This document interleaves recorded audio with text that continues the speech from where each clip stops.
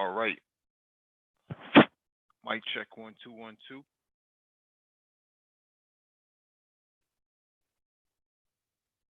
Let's see if this works. Check my volume. All right. Let's drop this in the chat.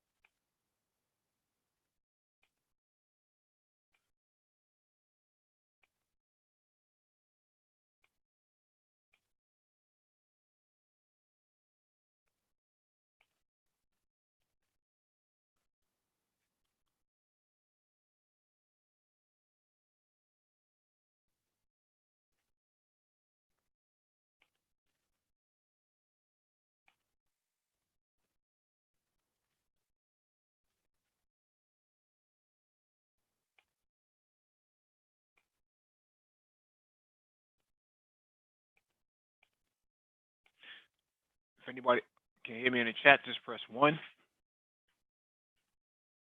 All right, we got confirmation. Thank you, Rainy Woman. Good evening to you. Ellis Jackson, yo, that's unfortunate, but peace to you. Thank you all for joining us. This is episode 304, Black Car Talk. Please hit the like button as you come in. Share the video if possible. Hit that notification bell so you get all the updates from the Black Brain Trust, including those on the community tab that we post every week.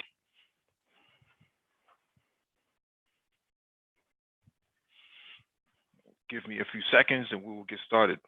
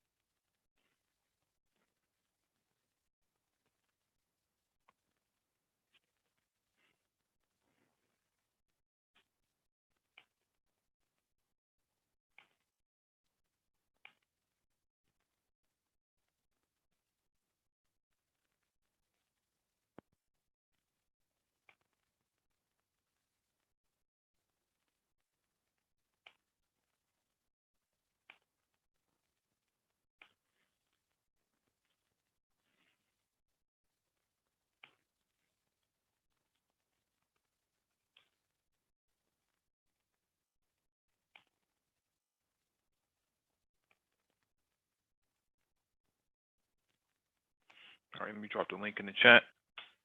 If you want to join the panel, make sure you raise your hand or else we won't acknowledge you so we can promote you to the panel.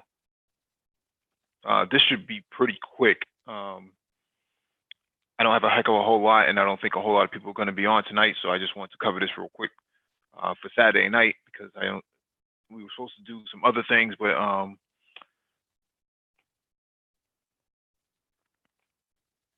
due to different timings and people's different schedules, you know, we had to skip Black Tech Talk for tonight. So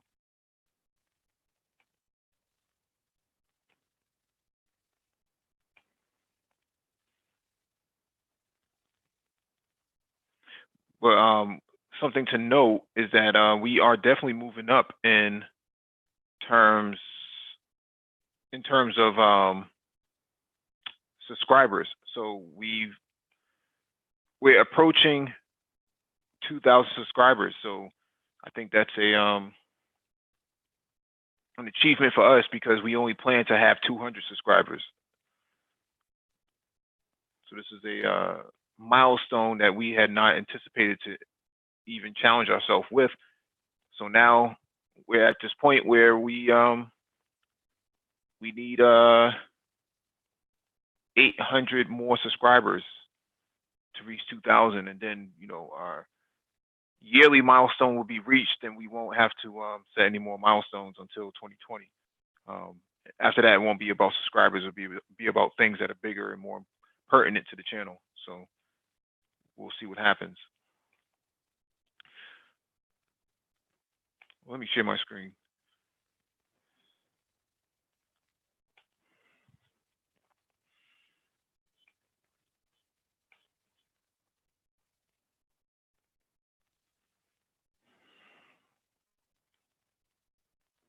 All right, let me log my phone as well.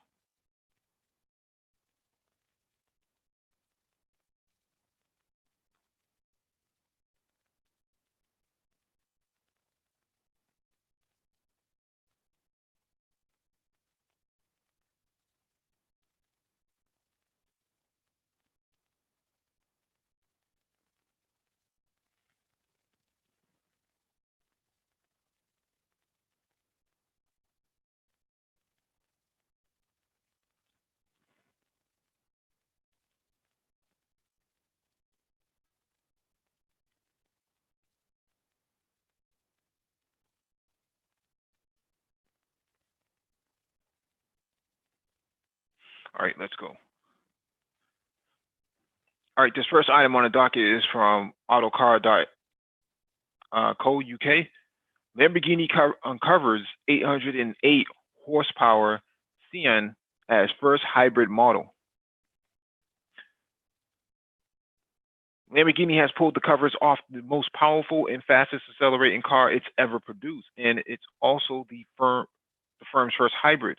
Making its public debut at at the Frankfurt Motor Show, the limited run CN previews Lamborghini's plans to make its brand of V12 powered flamboyance into the near future with models such as the next generation Aventador.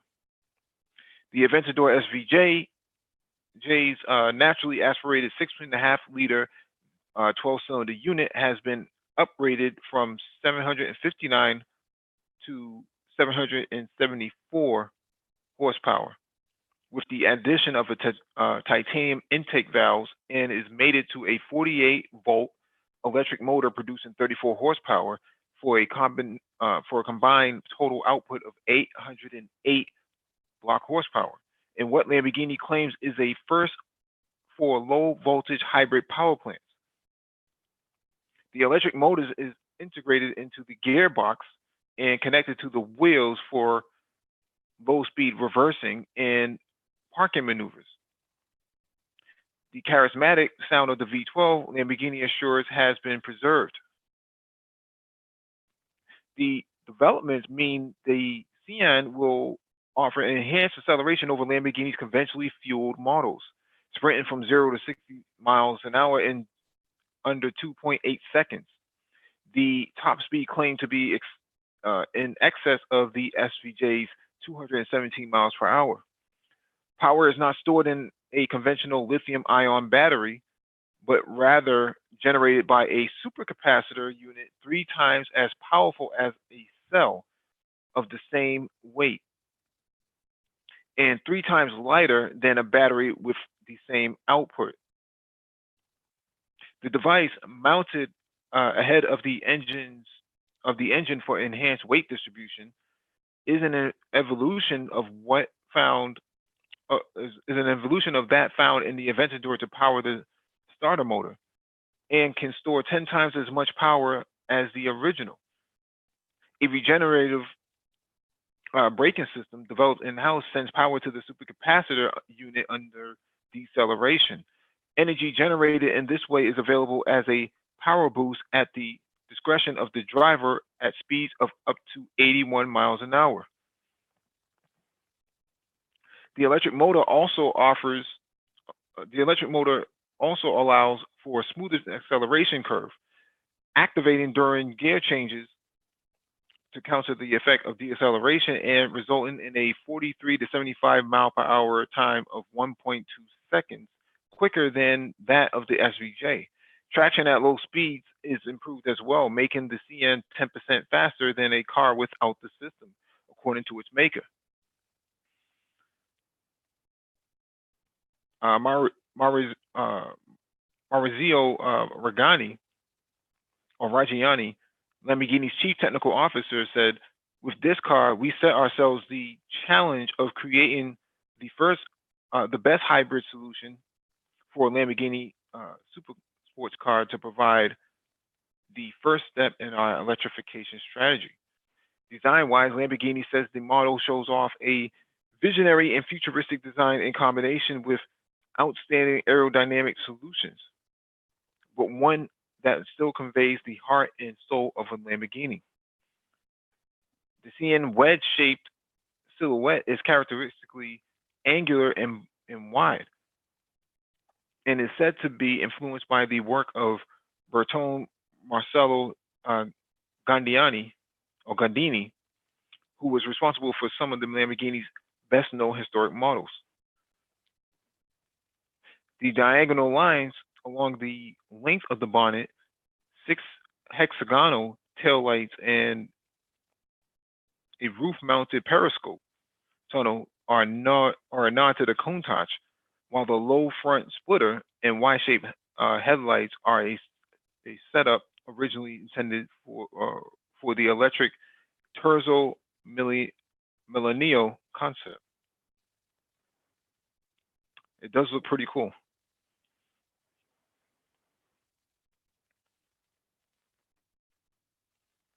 It does look pretty cool, but I find it to be interesting. Let me see.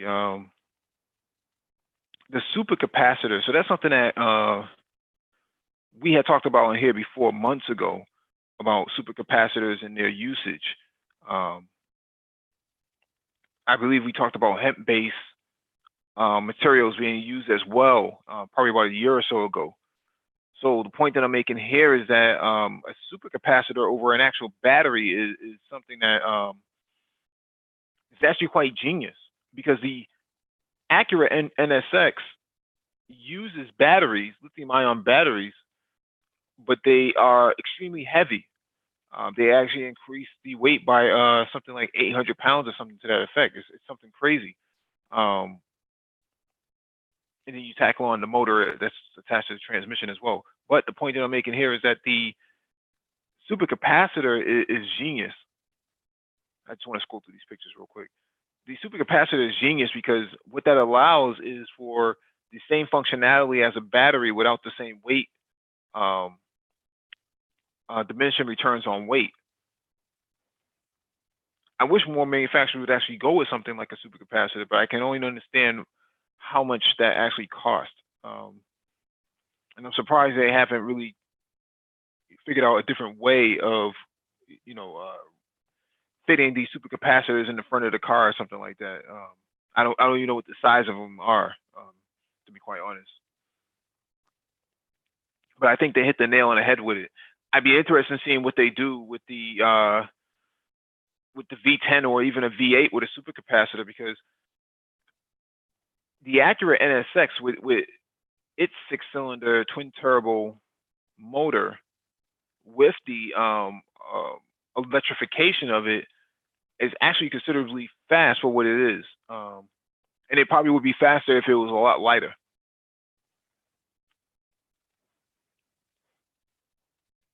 I think it weighs 3,800 pounds or something like that.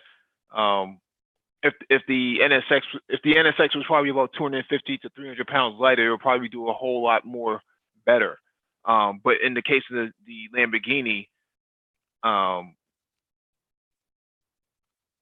the supercapacitor is actually a bonus, and the way it's used, according to the article, is that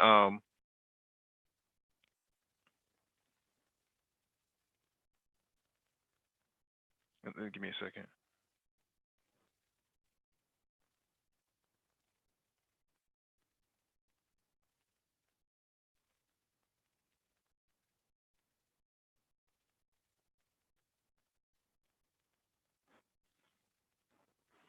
Give me a second.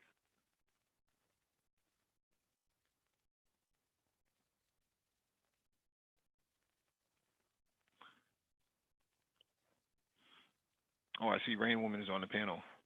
Good evening to you. Good evening.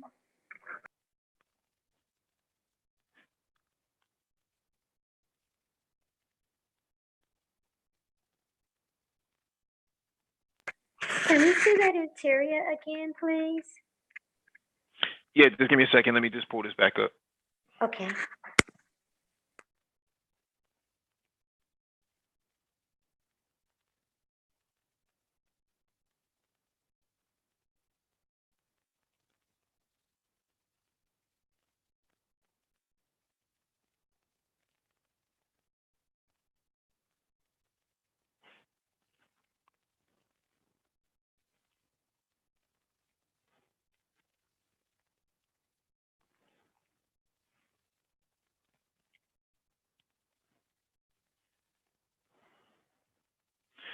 Yeah. So the point that I was making before I got cut off was the electrification is going to be used in a kind of a strange way, but I get it though.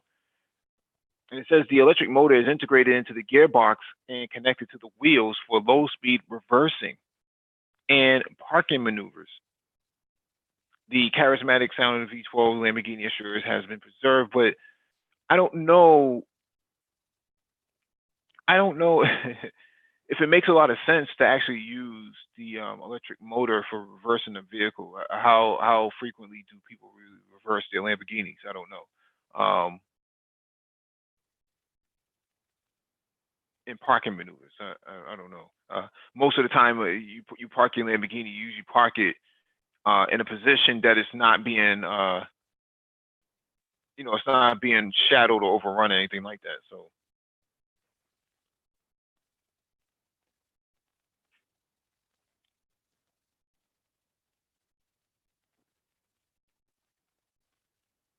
Yeah, the interior looks great. I'm not overly surprised because Lamborghini always does a great job on interior.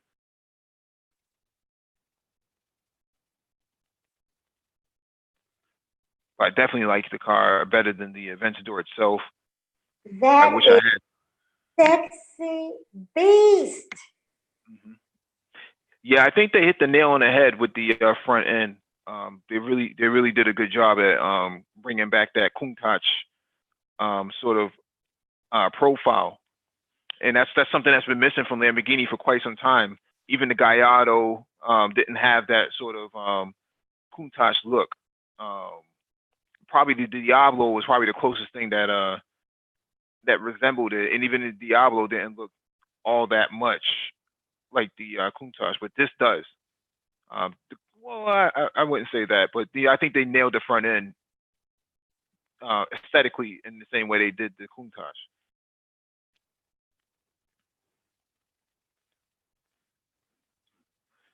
Let me see what the rear end looks like.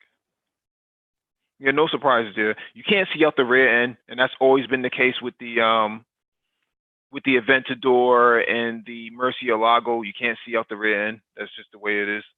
All you're gonna see is nothing but engine, anyways.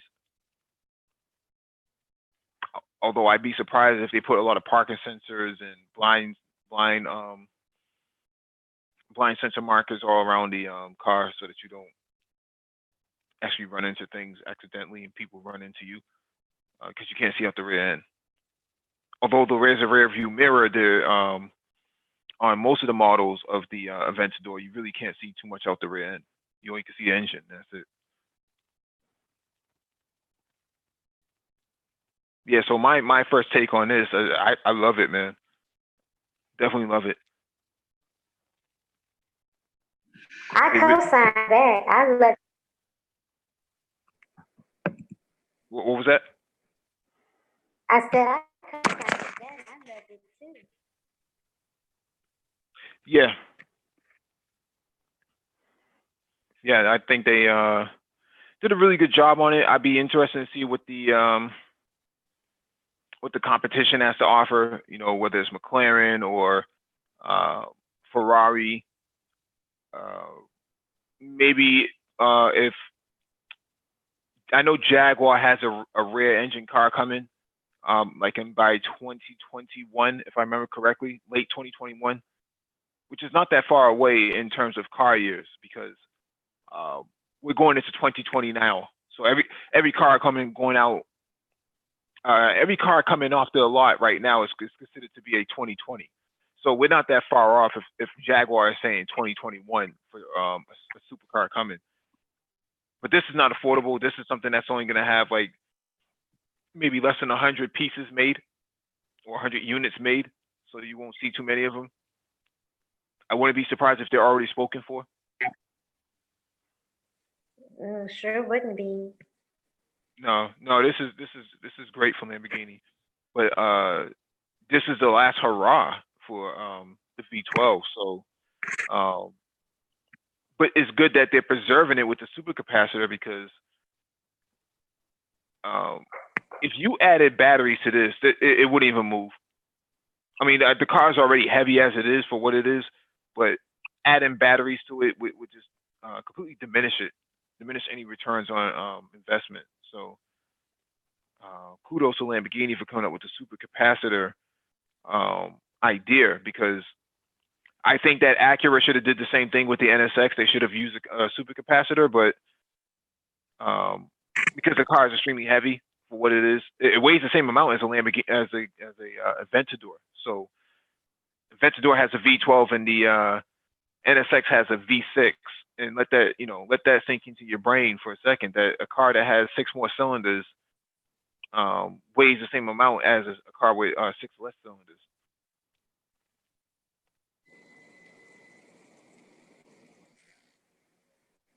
Yeah.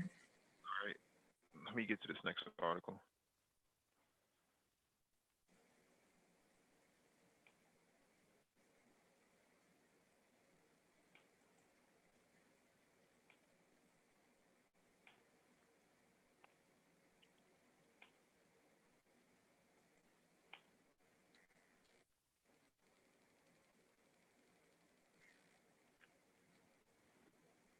All right, this one is from FoxNews.com, surprisingly.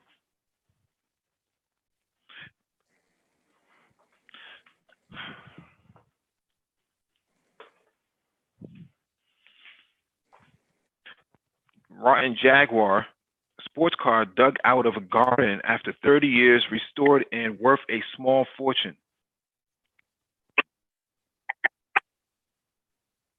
A restoration shop has proved its mettle by resurrecting the metal of a historic Jaguar sports car that had been rotting away in a garden for 30 years. Amazing. The 1964 E-Type was the 10th example of the classic model of the production line and completely original. Please mute yourself, Raymond.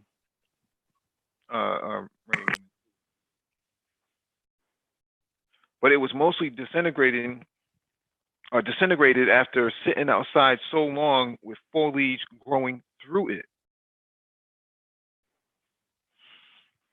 Get rid of this stupid ad.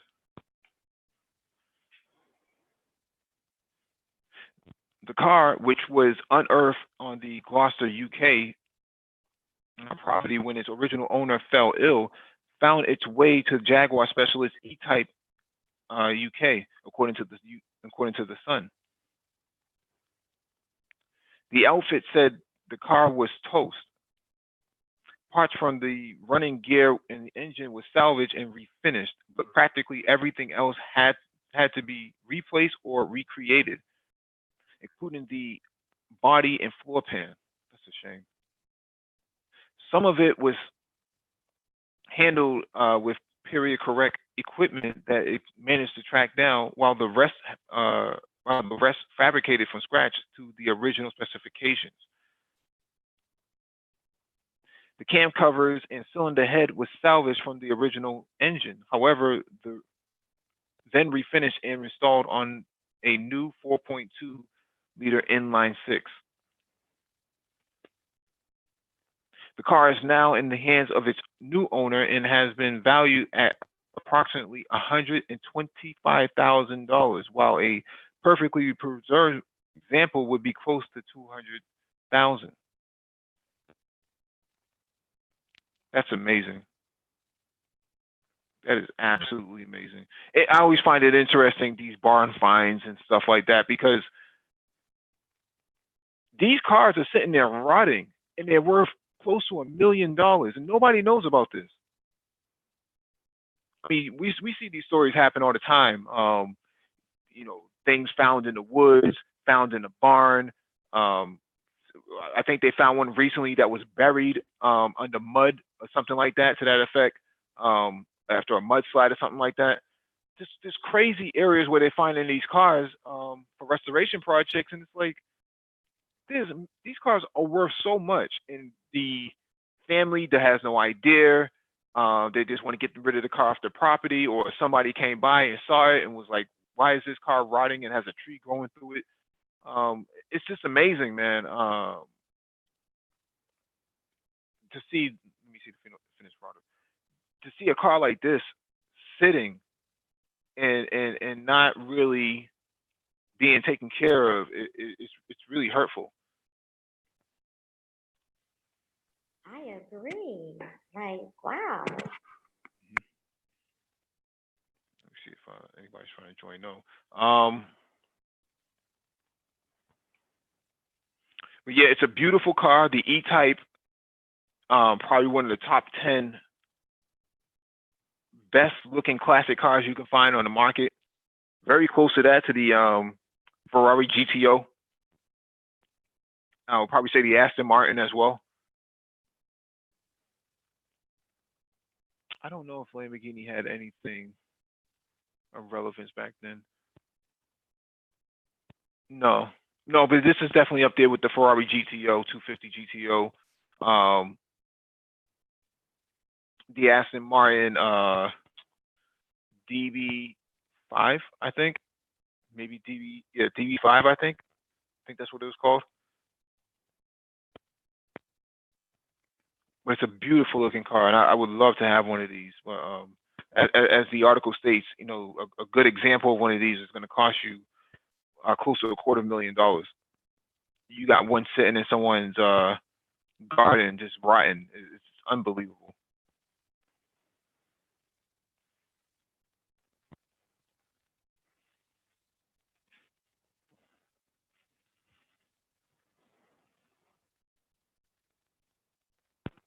Look at this.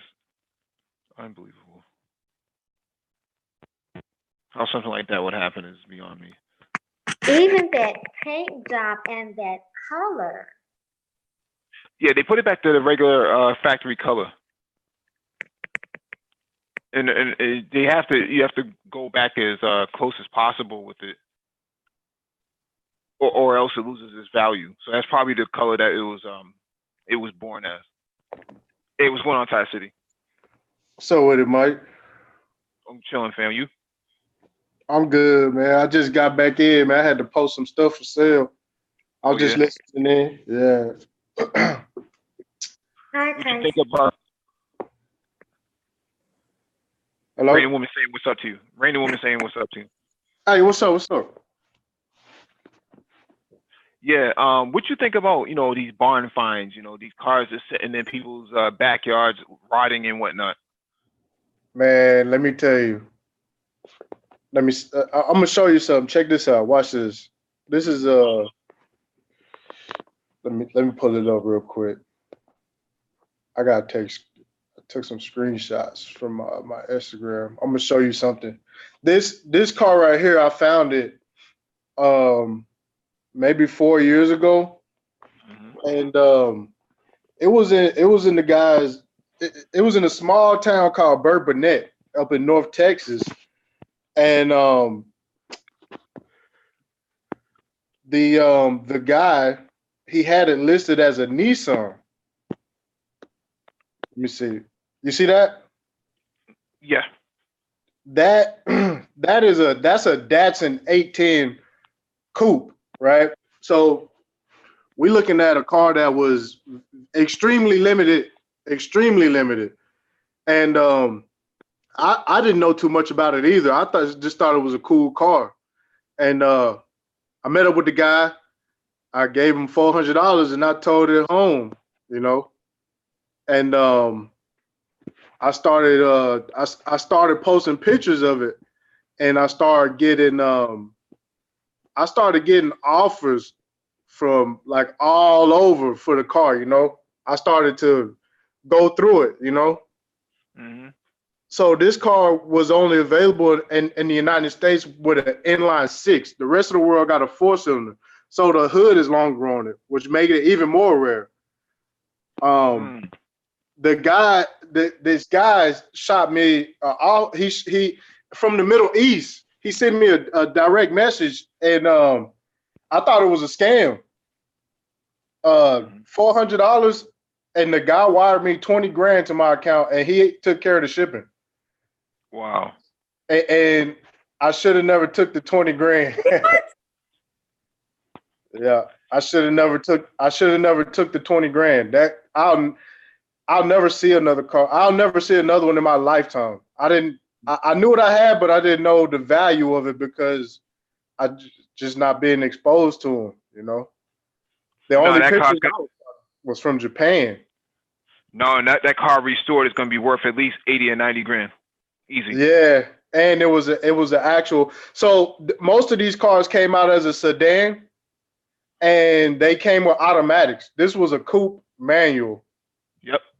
and yeah. So I mean that when I did that, that's when I first learned that I had to start seeing them as more of an investment, even though it is a hobby. You know what I'm saying?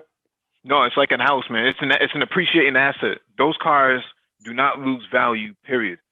Yeah. So I mean, that car, I'll never find another one. Maybe if I find another one, like I don't even think that I'm hopeful to even find another one. To be honest with you, the only pictures that I was finding was from from Japan. The rest of the world called him a bluebird. You know what I'm saying? Yep. This car turned into the Maxima. The A10 turned into the 910, was turned into the Maxima. So this car is the heritage for those cars. Yep. So Yep. I mean, I don't know a whole lot about that car. I do know about the transition from Datsun to Nissan and to Nissan to the Maxima.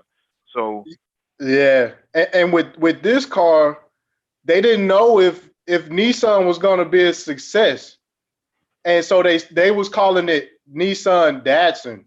yep, that's a Nissan.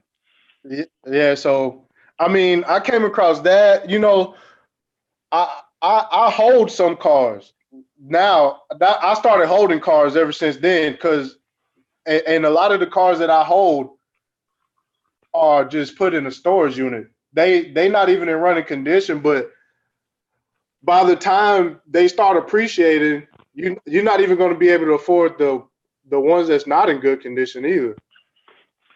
Right, because they're gonna become limited in supply. And supply and demand, is the name of the game. So I personally wouldn't have gotten rid of 20,000, for Yo, for a wealthy oil tycoon out in the Middle East. yo, hey, Trips to, Mike, let me tell you something. The guy that I sold it to, right? Him and I think his uncle, whenever they decided to not sell Datsun no more, that family liquidated all the parts from Datsun. Yep.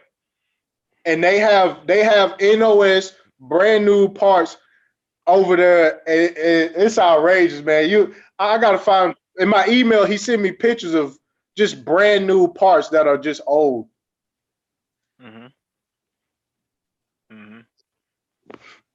Yeah, a car like that. I mean, you're right that you won't be able to find a fixer upper, a restorable, for that price ever again.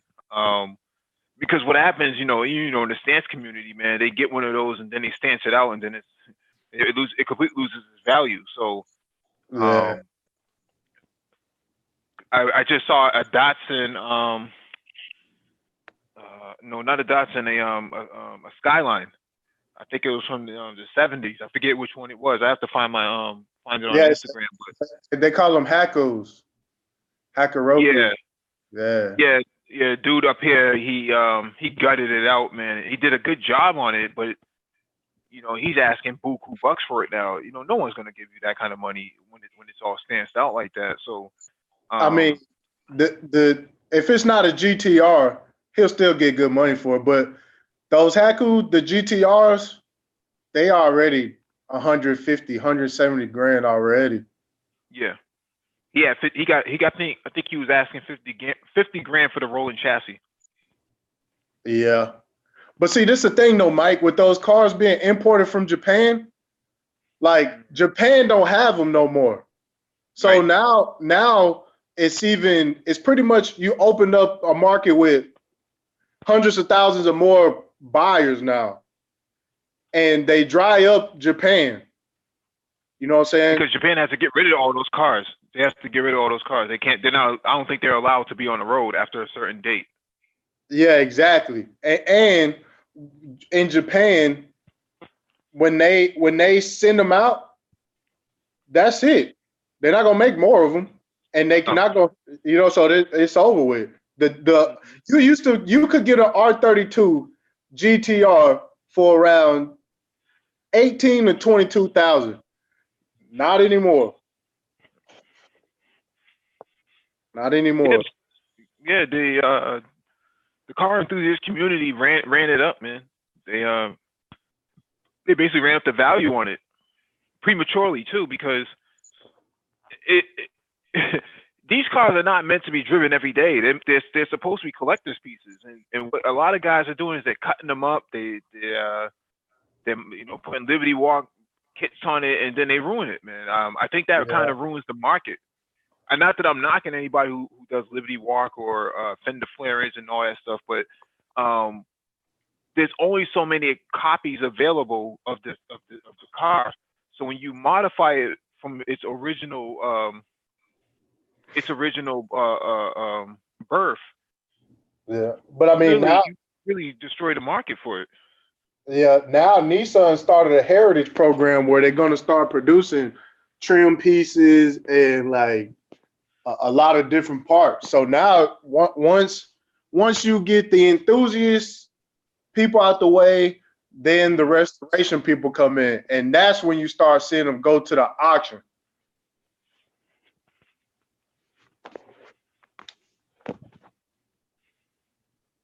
A lot of these cars that are sitting in people's backyards, like people just uninformed.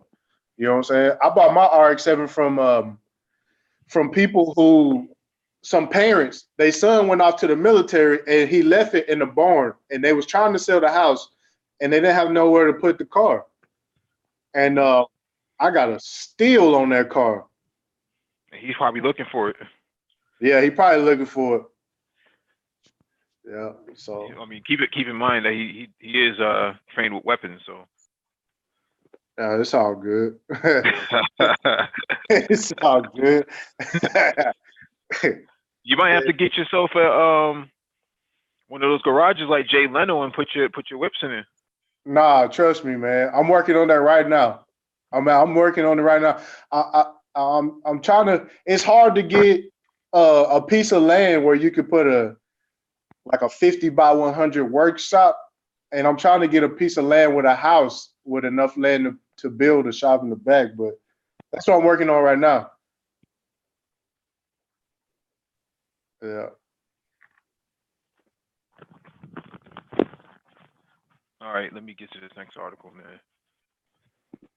Yo, but they out there though. A lot of people, they just don't know. Like once, I got a Celica All Track, and when I went and got that car, the guy had it posted up as a Celica Turbo.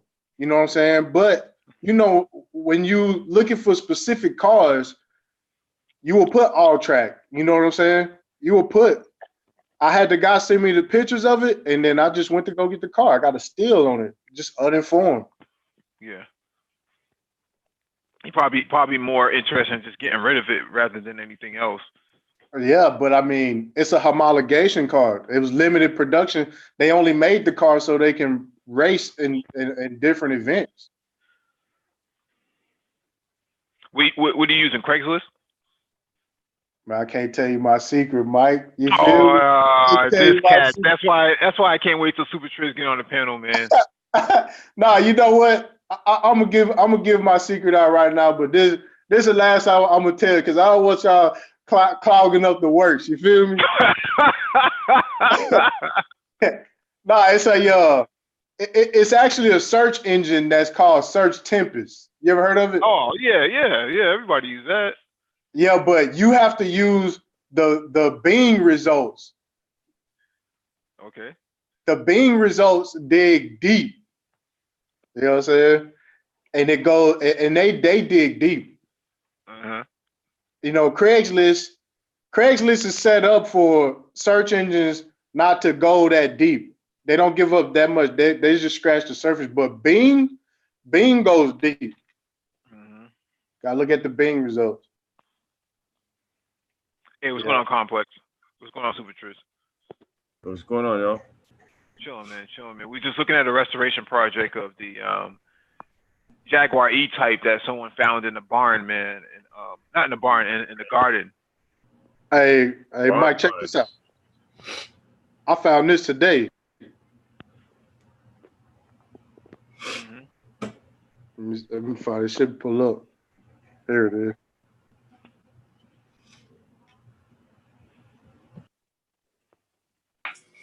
Just so we clear, Mike, Jaguar E-Type is top 5, not top 10. Oh, okay. I can agree with that. No disagreements here. What's this? That's a Toyota Corona. So it looks like a Corona. Yeah, it's a Corona. It runs. It got like it's got. You know how y'all was talking about patina? Yeah. This thing don't have no rust on it. It's got like straight like patina. The only rust on it is on the hood. And the guy who owned it wasn't at the shop at the time. And I'm gonna probably end up pulling the trigger on this one because it's just the wagon is so hard to find. It's got this it's got a roof rack on it that was a Toyota original option, and I haven't seen pictures of another one. Yeah. But that's like the only thing I see of merit for that particular vehicle is that it's limited numbers. Other than that, I never liked those. Coronas? Never liked them. They most of them got crushed. And why would they be crushed? Well, just because they just was undesirable through the 90s. This car right here is a 77. Yeah, but they stopped making them in the early 80s, right? Yeah, Coronas died off. Yeah, but that's what I'm saying is they stopped making them in the early 80s. So it's not like they went into the 90s with them. No, but what I'm saying is most of those cars were they was only useful during the fuel crisis, really. You know what I'm saying? Yeah. People were still kind of skeptical about all those Japanese cars that were produced like in the 70s that were running. Man, look, as soon as America could get rid of them, they got rid of them. Yeah, I remember my dad and my dad in the early 90s, he was still commuting to work in a Datsun B210. And he was lucky to have found 2 of them. My dad was a Datsun dude. He had a 280Z or 260Z. He had and he had 2 B210s, and I forgot what else he had. But man, good luck trying to find a Datsun nowadays.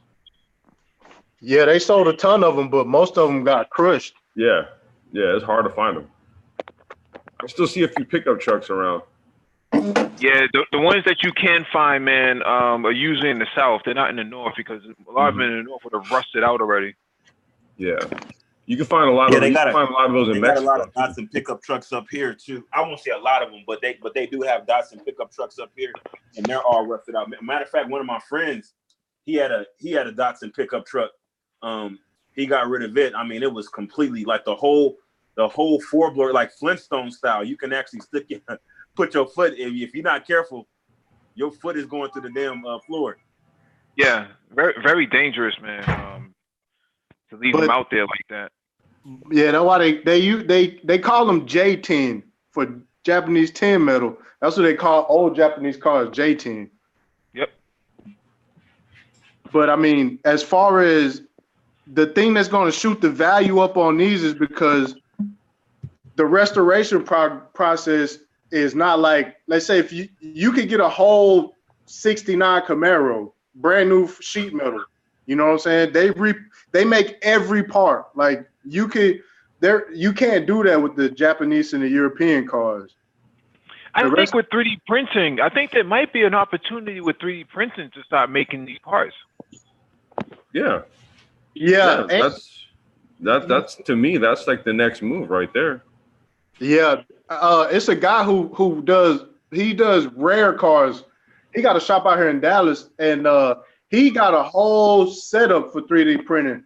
And when I was talking to him, he was saying that the stuff that he works on, even though he reproduced the part, it doesn't devalue the car because they don't know that there's no original to even compare it to even see if it's. Yeah. Yeah. Yeah. Yeah, let me read this next article real quick. This one is from investing.com. Ford versus GM. Which automaker offers a better upside potential? Should be interesting.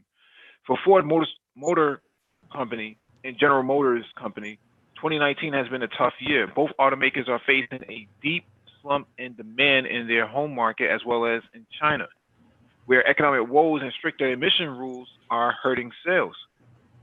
To deal with this challenging operating environment, both companies have announced a major restructuring to revive sales and keep their shares prices from weakening. Ty City, can you mute up? Let's take a deeper look to see where these automakers stand. Ford demand outlook remains weak. The world's second largest automaker is facing powerful headwinds this year. Ford lost $155 million before interest and taxes in China in the second quarter, with deliveries to dealers plunging 32% as the company struggles with an aging product line in one of the most important markets for its cars. In North America, where Ford makes much of its profits, shipments for its Explorer SUV model fell in the second quarter, hurting earnings and shrinking margins. Struggling operations in Asia and Europe prompt Ford to cut its earnings forecast for 2019, signaling the path to profitability will be bumpy for the automaker. To deal with these challenges, Ford is in the middle of a $11 billion restructuring plan spread over 5 years that includes cutting thousands of jobs, rejuvenating its line of SUVs and pickups, and abandoning slow-selling sedans. The company is introducing new versions of the popular Explorer and Escape SUVs this year in its plan to relaunch its Bronco off-roader in 2020. Ford has also concluded a deal with Volkswagen to jointly develop electric and self-driving cars. We talked about this the other night. As Ford undertakes this massive restructuring exercise to improve profitability and get ready for an era where electric and driverless cars will rule, its stock is showing some signs of life. It has strengthened about 23% since hitting the December low to close yesterday at $9.34. Even with this rebound, Ford stock is still down more than 40% in the past 12 months and has traded below $10 a share most of this year amid concerns about the sustainability of its generous 15 cents a share quarterly dividend. Just like Ford, GM is also facing weakening demand in its key regions, but the company's latest earnings show significant progress in its turnaround plan execution, and GM has already begun to reap the benefits. For the second quarter, GM easily beat analysts' average estimate for profit and maintained its outlook for stronger second half. Chief Executive Officer Mary Barra continues to expect near record profit for 2019 as revamped heavy-duty pickups begin rolling into showrooms. Our results demonstrate the earnings power of our full-size truck franchise, with more upside to come, Barra said in a statement. According to a report in Bloomberg, the beefier versions of the Chevrolet Silverado and GMC Sierra pickups are helping GM in a big way. Each truck sold for about $45,500 in the quarter, roughly $8,400 more than the average transaction price for the company's vehicles in the U.S. Since the models are among the top sellers in the industry, they are enormously profitable, it said. Cost cuts, including the closing of five plants in the North America this year, are expected to boost 2019 profit by as much as $2.5 billion. And according to Chief Financial Officer Divya, I'm not going to pronounce the last name, the series of restructuring moves GM has planned will increase earnings by a total of $6 billion by 2020. I was going to say, something has to be said about those profits. A lot of stuff largely coming by way of plant closures. Yeah. Yeah, and lack of retooling and then selling off the old tools and stuff like that. But we talked about this before, that Ford was going to be actually, it was Paul Bryant.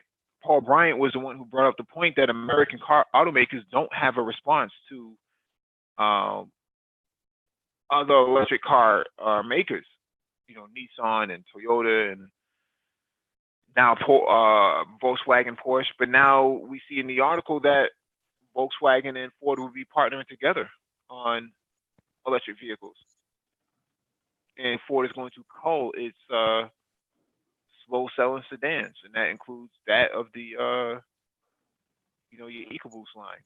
And they're also looking at the Focus. Get rid of the Focus.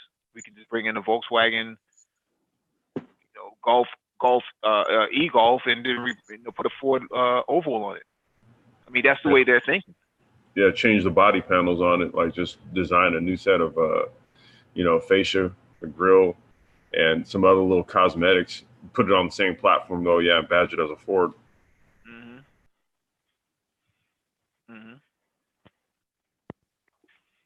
Tasha, you got anything you want to add to this?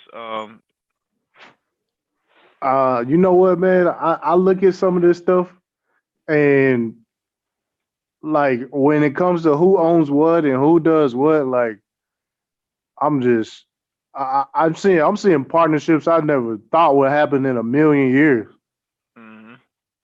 And yeah, you think it got more to do with owning patents and who got what rights to what?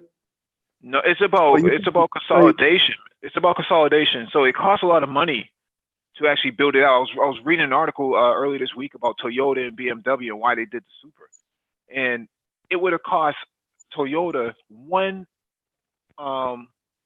billion to do it by themselves. That includes the factory tooling and specialization and training and all this other stuff, just to do the Supra alone. And they said it was impossible to do it on their own, so they had to partner with somebody who's a credible faith, and that was BMW. Yeah, but I mean, even with that, BMW's, even though it's the same platform, BMW still made sure they had the more superior product. Not necessarily, because the Supra makes BMW, less power. It's not this. It's not even. Oh, don't get me started. Well, BMW was already working on the Z4 to begin with, right? So that was already in play. The idea here was, if you're Toyota, do you spend $1 billion trying to do it, or do you partner with somebody else to make it affordable on your behalf because you're already hemorrhaging, right? So it's not a high volume vehicle. You're not going to sell 100,000 Supras. That's just not going to happen. To turn profit, they would have to sell at least 1 million of them. And they were never going to do that. So, but you know what? I as much as everybody loves the Supra moniker or whatnot, nobody like that. Nobody wouldn't have been mad if they didn't make a Supra, because how long has it been since the last Supra? Like, people was already over the fact that they didn't have a Supra. I don't think it was necessary, and I actually think it did a lot of brand damage. Well, they had the Scion model and the Subaru model. So yeah, but they doing the F line on the Lexuses are doing great as far as sports cars go. Like it's a Lexus, not a Toyota. I mean, we're talking about a changing auto buying market, man. Like you can't look at the millennials, and if you're a millennial, this ain't no shot to you, but I mean, just do any rudimentary business research, and they'll tell you that millennials are not going to be a reliable car buying demographic and a reliable home buying demographic. Okay, this is already known about millennials. See, so car companies have to reposition how they're going to go about making cars and selling them.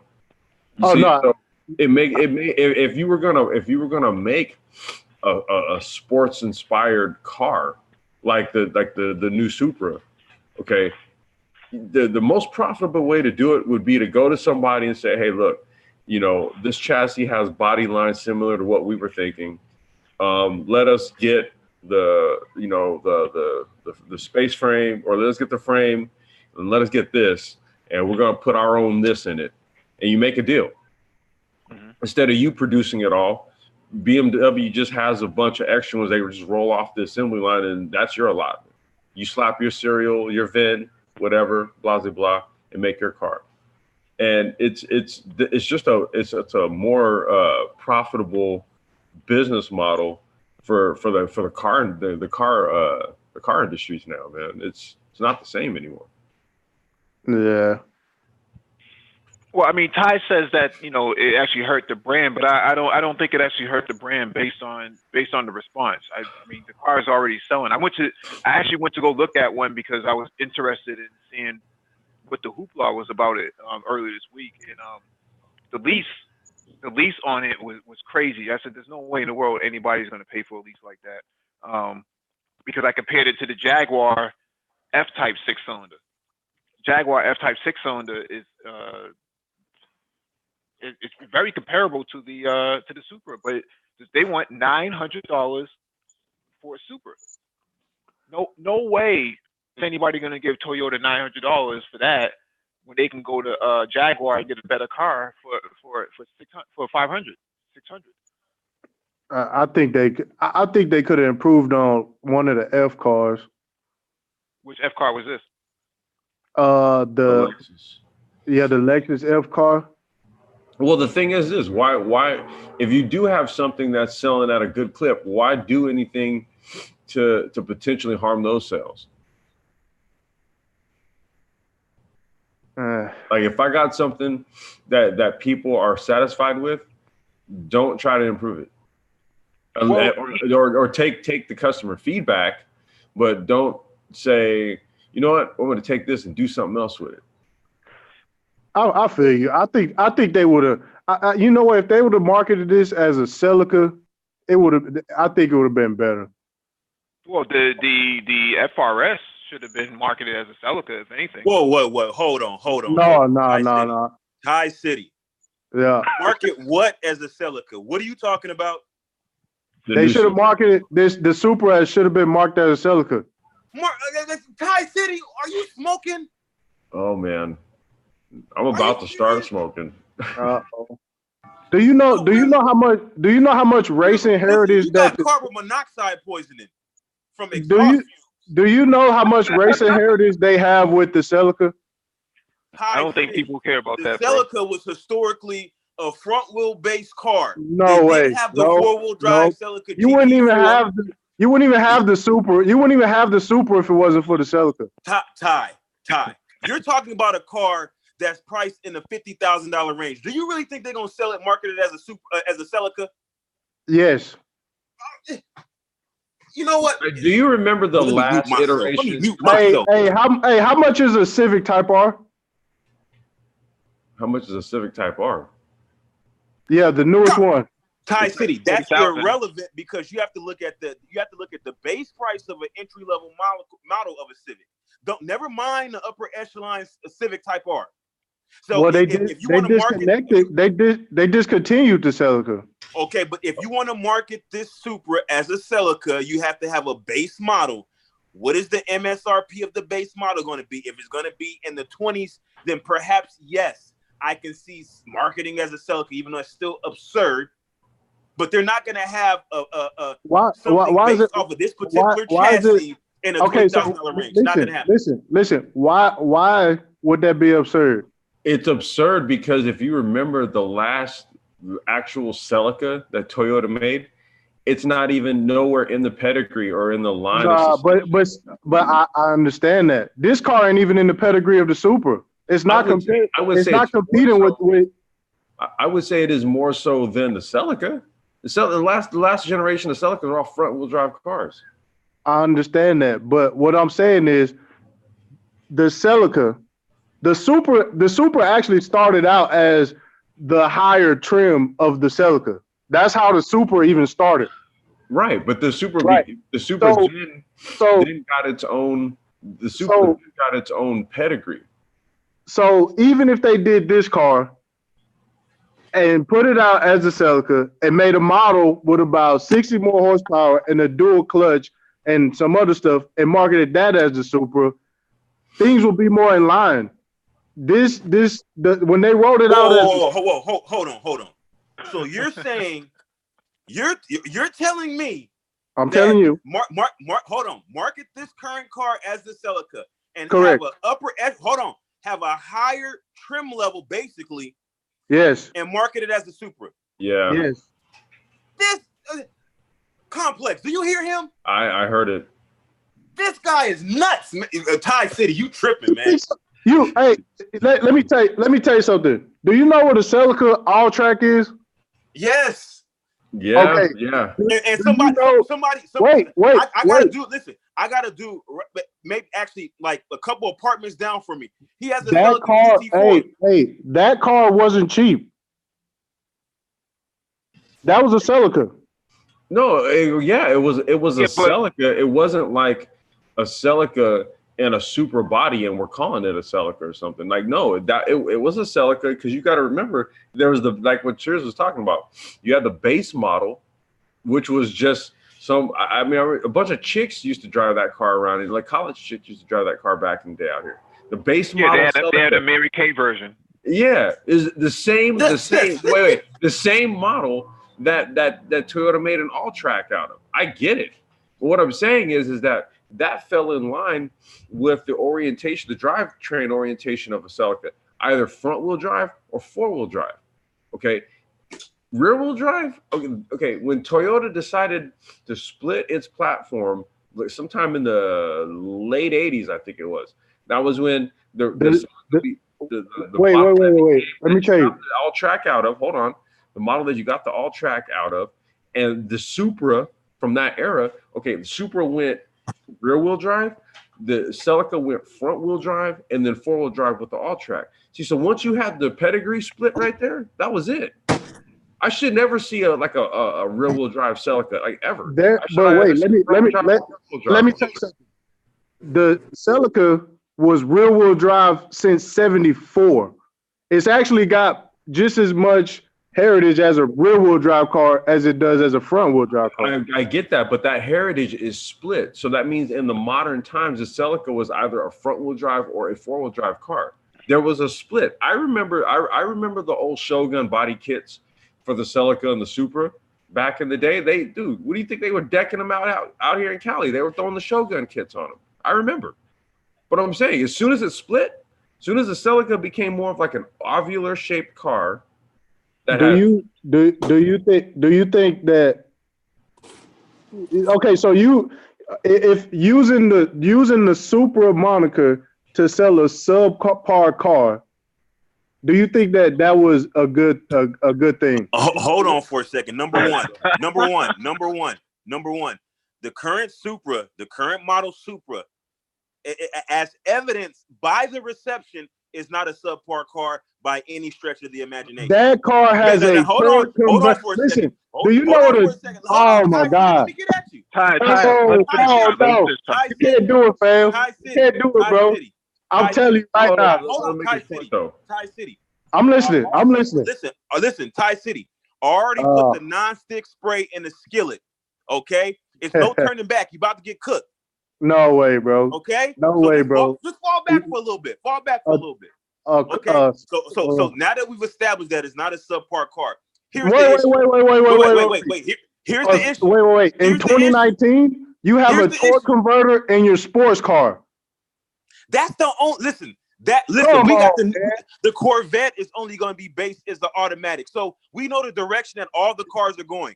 Come on, bro. The automatic in the Corvette is not the same as the torque converter with the bro. No way. But okay, think about it. Most people aren't actually using the manumatic function anyway. So you might as well just put a torque converter in it and call it a day. Why? Okay. This is your flagship.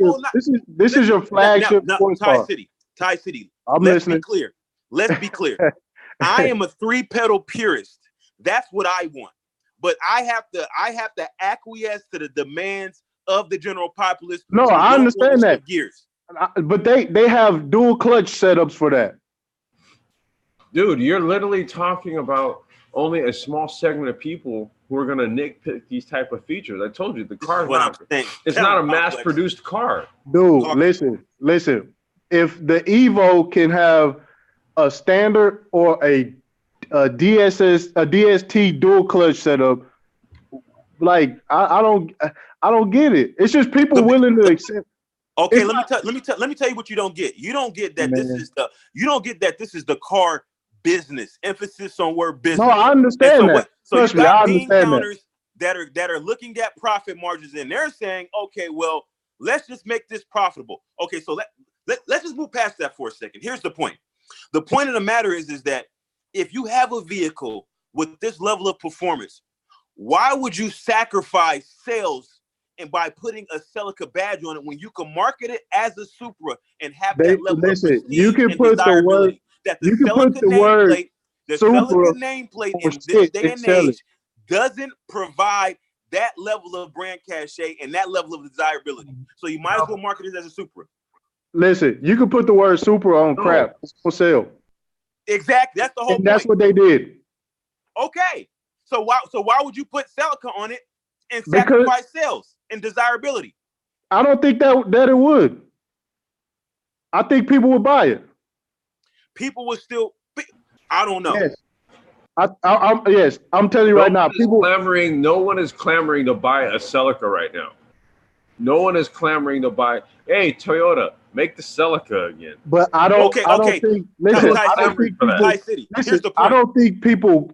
Okay, look. I don't think people care as much about the Celica brand, but I'm saying when you use Supra, you have to market it towards people who care about Supra, or just don't do it.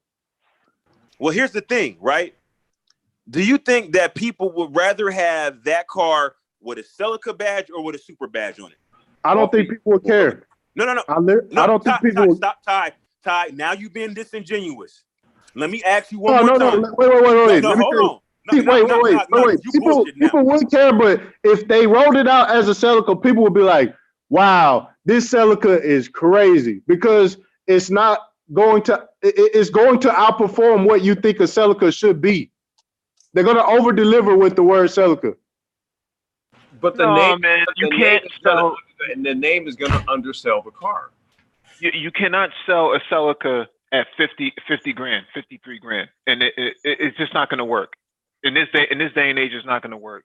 A Supra is the only recent model that, from a sports car standpoint, that Toyota had to actually sell. I mean, the last Toyota, Supra they made was in 1998. No different than Honda and Acura with the NSX. The last one they made was in 2005. People had been waiting on it. So that's the most recent memory of an actual sports car to the enthusiast. Keep in mind, they're not selling a whole lot of these cars anyway.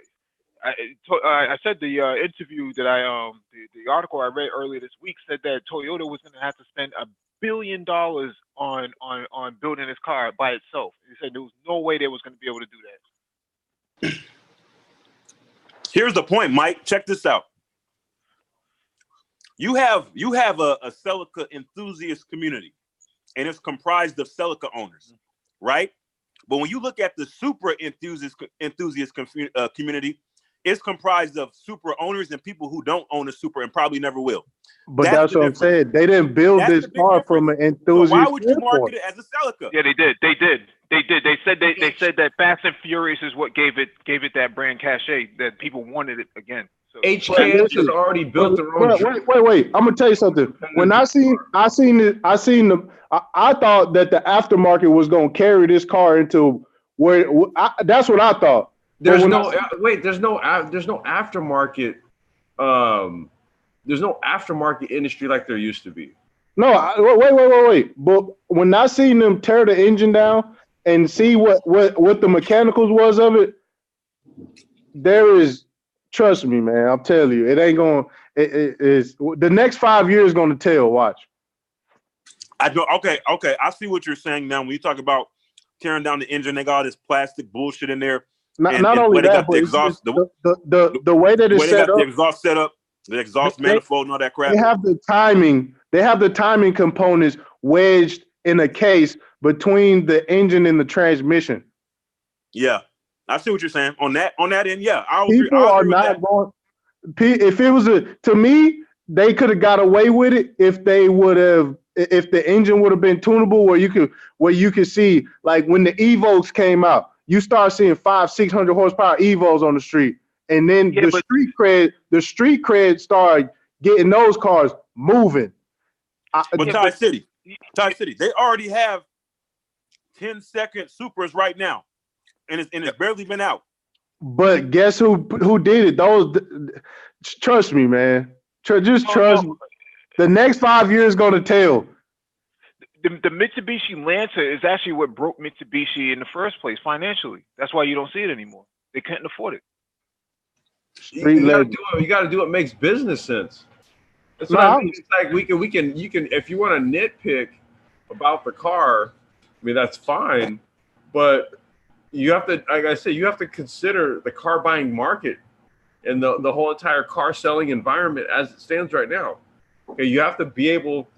There is a niche buying demographic, but you have to create a product that they're going to want, and it also has to be profitable. So yeah, more plastic parts, stuff like that, are going to be put into production for a lot of these cars. Now, is there an aftermarket solution for that? Yeah, some savvy tuner can basically get him a 3D printer and then 3D print those same parts, but out of a better material, and say, hey, look, this is an upgrade over that. Okay, you do have some viability in an aftermarket at that point, given that cars are so regulated nowadays. Dudes just can't really give you a full-blown build from crankshaft to head, and then you go out on the street and it's legal. So the car manufacturers got to do what makes sense for them. You know, Toyota. Go ahead, Mike. No, I was just going to say Toyota said this week, earlier this week in the article I had read, was that Toyota says that there's going to be multiple high-performance versions of the Supra coming soon. So this is just the beginning of the Supra. They have a whole lot of intentions on actually carrying this thing through. And BMW is going to have an M version to it, to the Z4. So whatever trickles down from the M is actually going from the M division is going to trickle down into Toyota's development as well, for in terms of TRD. So I don't think it's fair to actually judge the Supra for what it is right now. Although it is in dangerous territory because the C8 is 59 grand, or 60 grand. The Supra, that's a big deal. It's not a home run. It's not. It doesn't have to be a home run though, because they have a supercar. I mean, they don't have a supercar. I mean, they have a sports car now. Something they didn't have before. And that it's already selling, right? So it's already flying off the shelves as it is, or flying off the lots. Not only that, all it needs to do is just win some races. That's the other thing. If you want, if at the end of the day, if what you want to do is establish some sort of performance benchmark on the thing and some sort of pedigree for it, okay, win some races. I've been watching this thing around the Nürburgring for a minute. So these dudes aren't far off from, really starting to tap into what this thing can do on track. Once you're able to do that, now you've given the car some legitimacy in the performance venue. So, I follow that aspect of it too. Listen, Tie City. Man, wait, hold on for a second. Now you complaining about the engine configuration, the components. You're complaining about the transmission. You are lucky. You are lucky the Supra is not an all-electric vehicle or autopilot. You lucky. You know what? Just be thankful it even came out with a pedal, with a gas pedal and brake pedal. Hey, Trish, you know what? Not even gonna lie. Seeing Porsche and everybody step into that arena, electric Supra would have been like super lit. All right, let me hit this next article real quick. All right, this one's from Motor1.com. Remember the Ford Flex? It's still around with $4,500 discount. The Ford Flex is on its way out of the Blue Oval lineup, with reports of it leaving the U.S. by next year. We talked about this earlier this week. However, Ford is giving its wagon slash crossover slash minivan a last hurrah before it officially exits the market. As reported by Ford Authority, Ford is cutting the price tag of the Flex by $4,500 until the end of September 2019. This is amid the increased sales performance of the vehicle in the first half of this year. According to Ford Authority, the Flex enjoys a 37% increase in sales during the second quarter of 2019, a fairly positive performance considering that the vehicle is on its way out of the market. With that, Blue Oval could be wanting to keep its momentum towards the end of the year, and it starts with a huge discount. The highest trim level, the 2019 Flex all-wheel drive limited variant, gets the biggest cashback at $4,500. The cash discount comprises of $2,000 customer cash discount plus a $500 select inventory cash discount and a $2,000 bonus cash discount. On the trim levels like the SE, SEL, and non-all-wheel drive, Limited gets retail incentives but may require Ford credit financing. For those interested, the $4,500 cash discount only applies to vehicles that have arrived at dealer lots at least 61 days before the sales date. This means in order for you to qualify for the discount, you must be willing to buy an aged inventory in the Ford dealer. If you don't mind the condition, the huge cashback isn't a bad deal at all. Of course, the cash discount doesn't apply to special finance, lease, or other dealer offers. Interesting, because I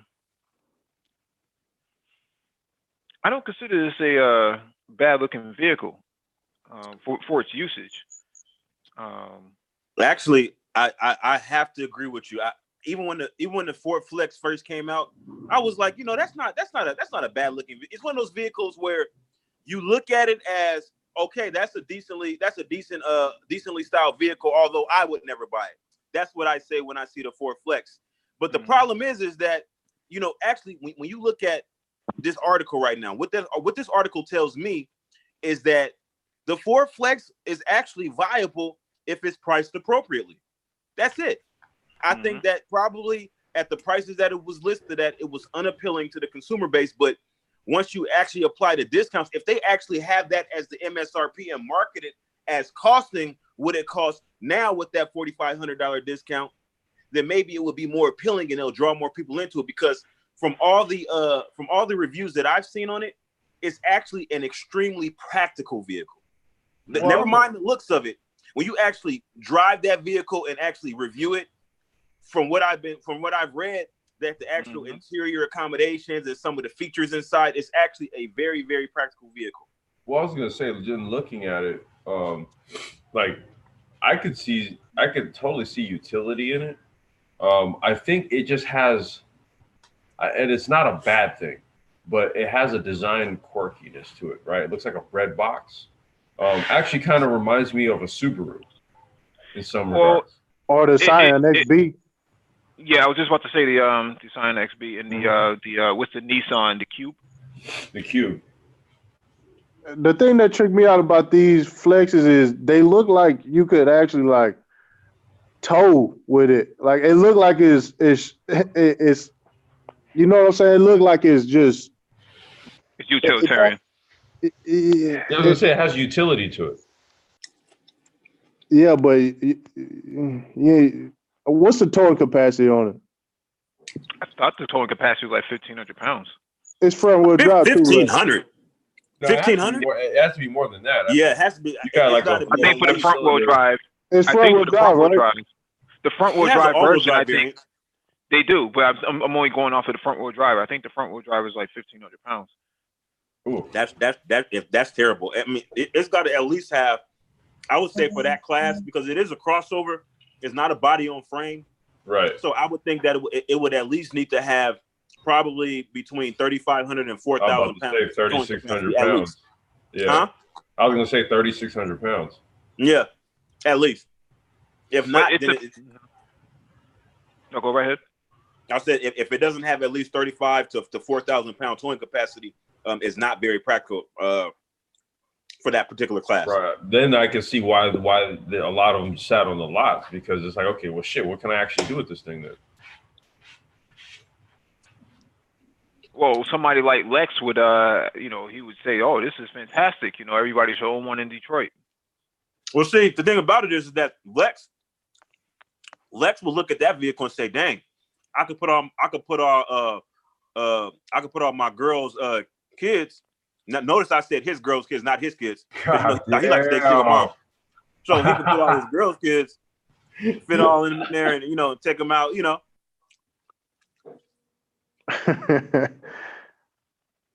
I'm cool on the flex. Man, see, Yeah, Trish, Ty be Trish, trying to be come up in here and flex sometimes. Yeah, well, Trish be taking shots, man. Brothers, don't be here, man, because I still got one for your little Puerto Rican Boost Mobile. Wait. hey, you know what? I'll wait till the end. Mm-hmm. Yeah, let me get to this. Okay. Let me get to this next one. This one's from carbuzz.com. Porsche's Taycan's mind-blowing speed will make 911 owners jealous. All right, we're now just days away from the world premiere of the Porsche Taycan, and so naturally the teaser campaign is hotting up. It should be heating up. We already know Porsche's first ever electric sedan will be blistering fast, as the automaker claims the Taycan will accelerate from 0 to 62 in less than 3.5 seconds and 0 to 124 miles an hour in less than 12 seconds. But actions speak louder than words.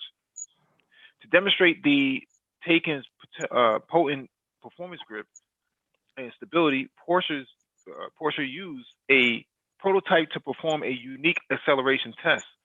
Instead of using conventional test track, Porsche's first all-electric car accelerated from a standstill to 90 miles per hour and back on the flight deck of an aircraft carrier. As publicity stunts go, this is pretty epic.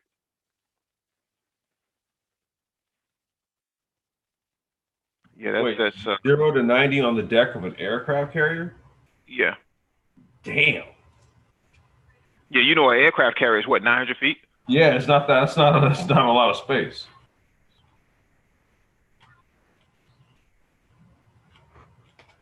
But I keep talking about, man, just how superior electric power application is over petrol or internal combustion. You can modulate. You can electronically modulate through algorithm the application of the power to the wheel. As soon as a wheel starts to sense slip, an algorithm kicks in and will optimize the power output so that the maximum amount of power gets put down literally into the wheel to the point where it's not lost due to wheel spin. You can't modulate it. You can't control that with a gas engine. Yeah, that's we were just looking at Complex. We were actually just looking at the video of it on the flight deck. So that's the point that I was making the last time, is that the only input is the signal to the engine. Like, you don't have to depend on like on launch control, traction and stuff like that. You got all these sensors working, but you probably cut the number of sensors in half. Specifically, the test was carried out on the 27,500-ton USS Hornet, which has a flight deck measuring 869 feet long. Famously, the ship was also used to recover the astronauts from the Apollo 11 and Apollo 12 missions to the moon, and housed the quarantine facility used by Neil Armstrong, Buzz Aldrin, and Michael Collins. Behind the wheel of the Taycan prototype was a professional race driver, Shia Holbrook, who used the car's launch control system and high-performance carbon ceramic brakes to their maximum capacity. According to Porsche, the Taycan came to stop less than 100 feet before the end of the flight deck. So, this is big business, man. And this is only the first of the prototype. We're not actually seeing the the one with the Trofeo tires on it, the Hoosiers, the Slicks. We don't really know how fast this thing is. Go ahead, Super Tris. Oh no, it's all good. I will say that that is very impressive when you think about not only the fact that they actually were able to do that feat, but think about that there was only 100 feet left to stop. So if it, that when you think about that, 100 feet is not a lot of real estate when you think about going off the edge of the doggone ship. Oh yeah, especially because the car weighs 5,000 pounds. That thing is not light at all. That is what's super impressive how they were able. But you know what? They have humongous brakes on that car. Yeah. So it's like so my thing is about that is that what's going to be the consistency of braking application. So like say somebody wanted to take that vehicle out on a track, just hypothetically, like you would have to get a carbon ceramic package because the consistently brake a 5,000 pound vehicle from racetrack speeds, you're definitely going to have some warp rotors. No, you don't. Well, with that right there, you're just gonna rely on a lot of regen engine braking or motor braking. So basically, when the car's in deceleration, the motor it spins backwards to recapture the energy. So there's going to be a natural magnetic resistance that takes place. Teslas use it all the time. They call it hypermiling. So Well, you're gonna have inconsistency with the carbon brakes based on the temperature anyway. right, yeah. Well, I mean, if you're on a track, you're going to have a more consistent once those brakes heat up, because that's the thing. Carbon ceramic brakes actually have to heat up as opposed to regular brakes. You don't want them too hot. Well, but yeah, Well, I do agree with a complex. You're gonna have to use a kinetic. Well, I don't know if they're gonna use a kinetic energy recovery system or they're just that's basically what it is. KERS. Yeah. So Yep. yeah, so you have to you were basically using that to kind of assist with the braking, which actually I don't know if you guys are following Engineering Explained, and I follow that channel. Yeah. So he was talking one of his streams. It's an old stream, but he talked about just engine braking for a gasoline vehicle. A lot of people think that you can't decelerate using your gears. I mean, if you just jerk it into the gear, probably it'll cause some issues. But I mean, if you actually modulate the power and use the engine to slow down the car, even for gasoline powered engines, that's actually preferable than just using the brakes alone. Yeah, diesel trucks do it when they're coming down like deep grades and stuff. They use engine brake. Yeah, somebody's outside doing it right now, making all this damn noise. I don't know if y'all can hear it. Nah, oh shit. Yeah, stake braking. It's actually illegal on this strip, but people do it all the time.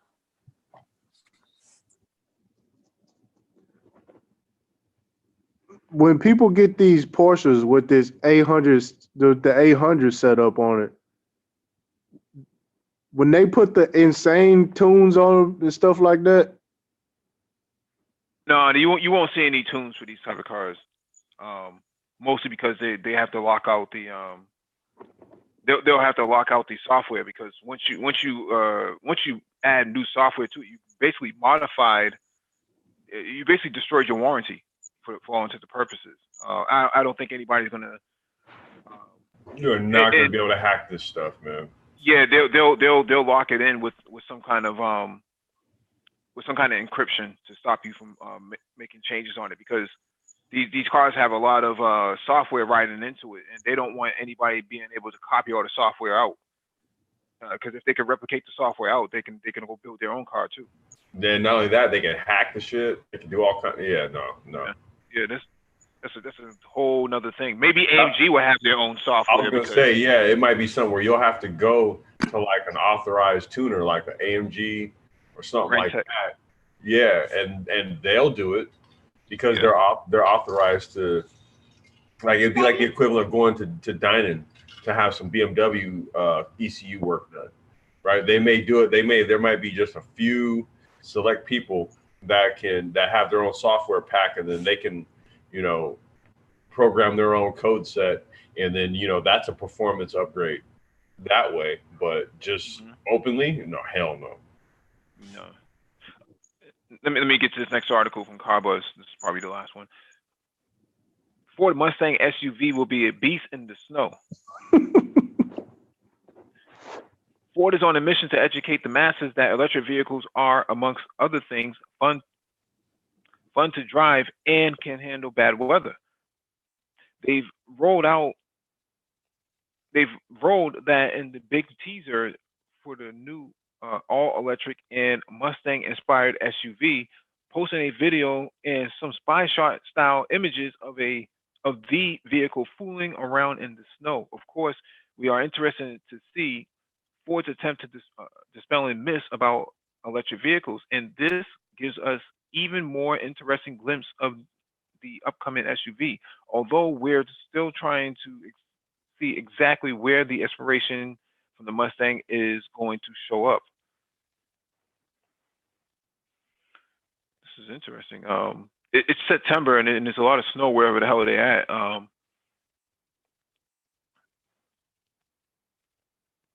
I can only imagine they must be up in Canada.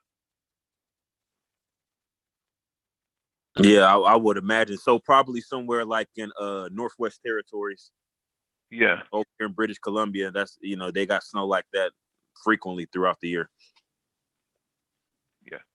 Ford recently found that 19% of Americans trust EVs in bad weather, and only 28% would choose electric power over a regular gas-powered engine to travel in an emergency. The video is taken from the Smithers Winter Test Center located in Michigan's Upper Peninsula, and during the video of the vehicle hooning and carving its way around in the ice and packed snow, the electric SUV dispels any notion that it can't deal with slippery conditions. The test drivers predictably are impressed with the vehicle, and particularly about how responsive the chassis and power are turning out to be. How are they like? I mean, I don't understand. Like, just from a basic physics and engineering standpoint, like you can apply electric power far more precise. No, that's not the issue. The issue. I mean, obviously, even with electric vehicle, a lot of the electric vehicles are heavier than their gasoline counterparts, which, as many people know who've driven in snow, man, if you got a heavier vehicle, you're even better off during the snow because you're able to better apply traction. And then with electric vehicle, you're able to modulate the power, and a lot of times they're four-wheel drive. But the issue is not the actual power application; it's the actual consistency of power availability. Because a lot of times the cold weather actually adversely affects the battery capacity, and so that's the concern. Because there are people who had Teslas and they were being stranded during the last winter. Unfortunately, all the body cladding and camouflage just doesn't give us real insight into the SUV's relationship to the Mustang. It's clearly all-wheel drive and electric powered, unlike Mustangs, and so far it just looks like any crossover Ford could put out in the wild. Perhaps when the cladding comes off, we'll start to see some of those styling views, but so far we're not getting anything. Performance-wise, though, it looks like all the new electric SUV is going to be a lot of fun, and hopefully it'll have some real off-road chops to go with the ice and snow skating skills. I mean, who's blowing their nose like that? Sorry, that was me. Damn, Complex, what's going on, brother? Allergies, man, allergies. I thought it was Ty City probably catching asbestos in one of those old Datsuns or something like that. Yo, before we get this thing going, man, you telling me that people gonna buy a Mustang SUV? How y'all talking about? Y'all was telling me about marketing and how Toyota couldn't sell a Supra for 50-some thousand. Man, come on, dog. Listen, because SUVs sell, man. We've already talked about this that we don't think it's a very good idea to them to apply the Ford nameplate to an SUV. I think it will diminish the Ford name if it doesn't have serious capabilities. Now they're talking about off-roading. Nobody's buying a Mustang SUV to go off-roading, and it's like when you think about the use of most people, like I would rather them build a dedicated off-road vehicle than having a vehicle that can split hairs, because most people that own vehicles for off-roading, they want a serious off-roading vehicle. They don't want a vehicle that can split hairs. But look, most people on the road, if you're gonna drive it on the road, make a vehicle, a SUV that's better able to drive on the road. Forget off-road chops. Triz, my thing is people don't care no more. They don't care. They're right. like, oh, it's a Mustang SUV. Well, look, you got to understand something. There's literally no pedigree from the Mustang to something that's electric. Okay, That's my point. That's what I'm saying. What I'm saying is, it's done for marketing purposes. You need to associate some new concept vehicle with something that people traditionally associate with Ford. So you say, oh, we're gonna take some styling cues from the Mustang. Okay, that basically we're trying to slap like a modified front grille on this thing and call it Mustang inspired. That's really all that is. But you got to understand just where the market is going as a whole. It's going electric. No, I understand it's going electric. I don't have a problem with that. But I'm saying, fam, it's a Mustang. The Mustang SUV is here, and you are going to buy it. And well, what do you think the price point going to be for this thing? 50,000. Yeah, I was gonna say 40, 50 grand. Same as a Mustang. Mm-hmm. Yeah, keep in mind that Ford had the Harley Davidson F-150 pickup at one point, I think. Yeah, they sold like hotcakes. Yeah, well, the Ford F-150 Harley Davidson edition actually was supercharged. I mean, it wasn't just a bash job. It was like they really did some stuff to it. Nah, that was good work on that, and the Harley Davidson Super Duties. Yeah. Mm-hmm. And that sold well. So I don't see why the Mustang truck wouldn't sell, but to each his own.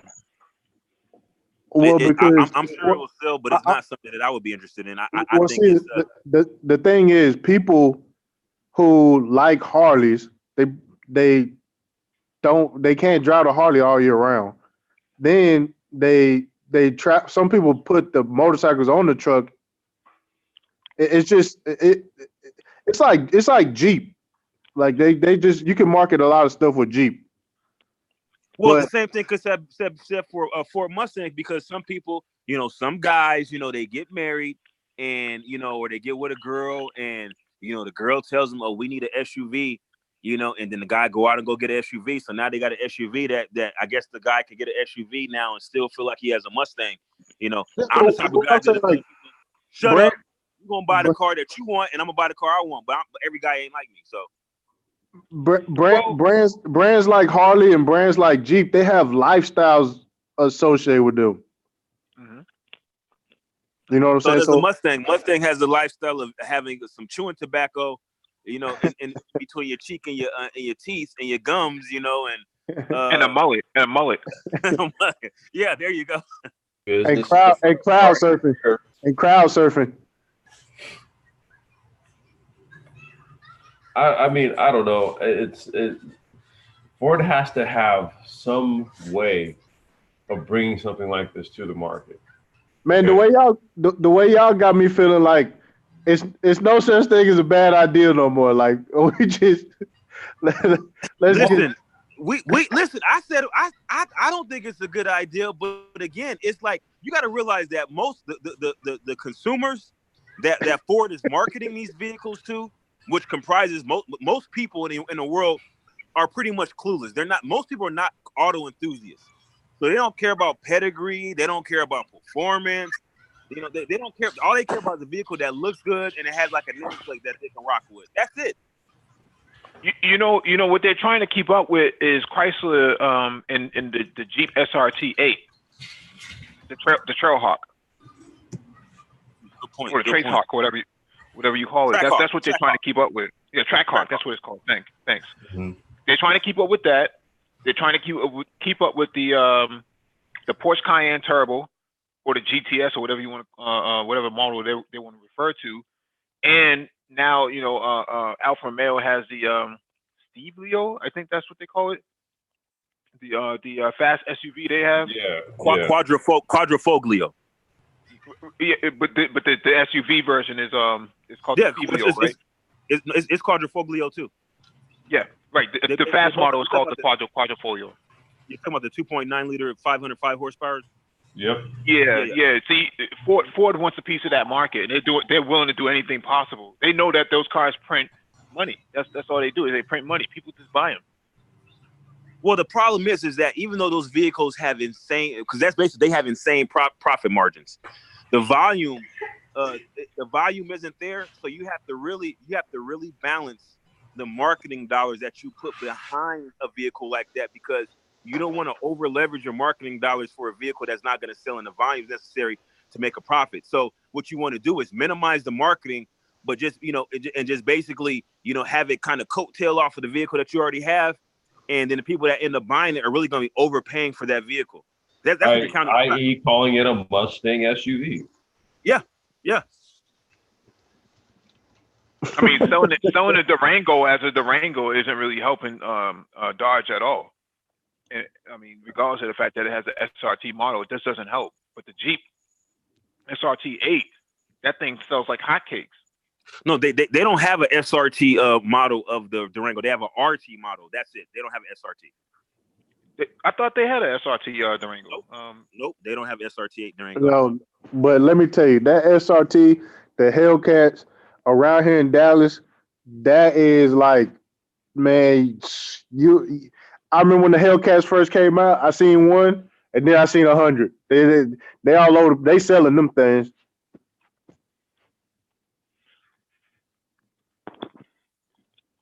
Yeah, but it's kind of regional, because to see a Hellcat out here is like rarity.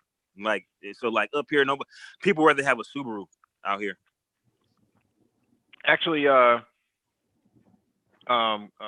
Super Triz, they do have an SRT Durango.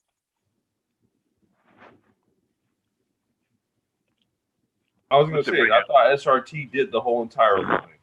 Oh, it's all job too. Okay, what year was that introduced? Because that definitely missed me. 2018 and 2019. Oh, okay, so yeah, because Durango had been out a while. They never had an SRT8 version. They only had the RT version. What's the ticket on that one? 60,000. Damn, that's hey, you know what? Hey, I gotta give Dodge's props, man, because for them to put out a Durango SRT8, I gotta give them their props for that. That's to compete with the Raptor. I gotta give them their props for that. Not to compete with the Raptor. Relax, fam. That Raptor is something different. Yeah, the Raptor is off-road, was more of an off-road vehicle. Yeah. Well, I mean, to do like a full size, well, yeah, because the Raptor's a pickup. No, this is just Chrysler filling up the lineup of SRT, less than anything else. And you know what? Once you have that nameplate, like just like Ford has. See, what Ford should be doing is capitalizing on the actual Cobra or the like the GT350. And they put the Cobra, because like you see what Dodge is doing with the SRT. You already have the nameplate, so you really don't have to put a whole lot of marketing behind it. Yeah, but Ford got SVT. They can do the same thing with SVT. Yeah, but the SVT. Well, technically speaking, that's what they're doing. That's what it is. Like SRT is their is the Dodge performance branch, if you will, right? So SRT just does high performance models of the Dodge line. SVT, but they hit home runs.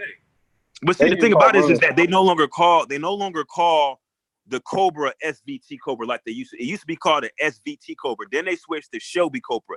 So now if you're gonna make a Shelby Cobra for the Mustang, then you should be looking at Shelby of all the other models and have that brand cachet associated with your other models, because they got they got rid of them though. Well, that's what I'm saying. They had the SVT Focus, right? And they had the yes, SVT, but they need to. It should be Shelby now.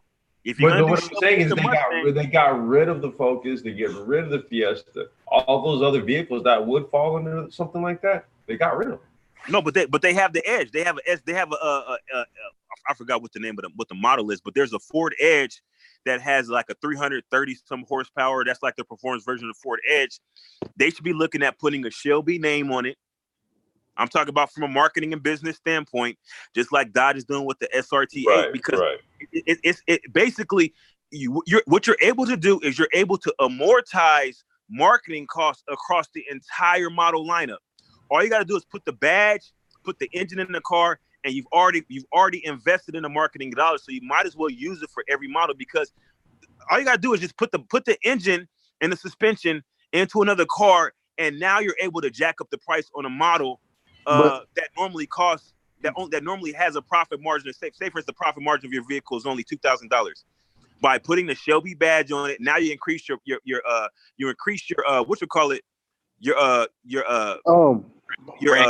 profit margin by like 10,000. I don't think Ford owns Shelby North America though. Then how are they able to have Shelby GT350 and Shelby GT500s? Well, but that's what I'm saying. If they was to do the whole lineup, they still be dealing with a separate entity. Like Dodge owns SRT. Yeah. Ty's making up a very good point. There may be some stipulation as to where they can actually use it rather than just toss it around like they want to. Didn't Carroll Shelby die? Yeah, but there may have been some contractual agreements behind that as to where they can actually use it. Yeah, it's like, for example, like Mercedes doesn't own AMG. Mm-hmm. Yeah, but but I think this is what Ford is probably chasing. You know, that sort of market where the SRT Durango, not so much the SRT Durango, but the Jeep SRT 8. I mean, that thing's a monster, and it sells. It prints money for Chrysler, and it's probably one of the most feared trucks on the market.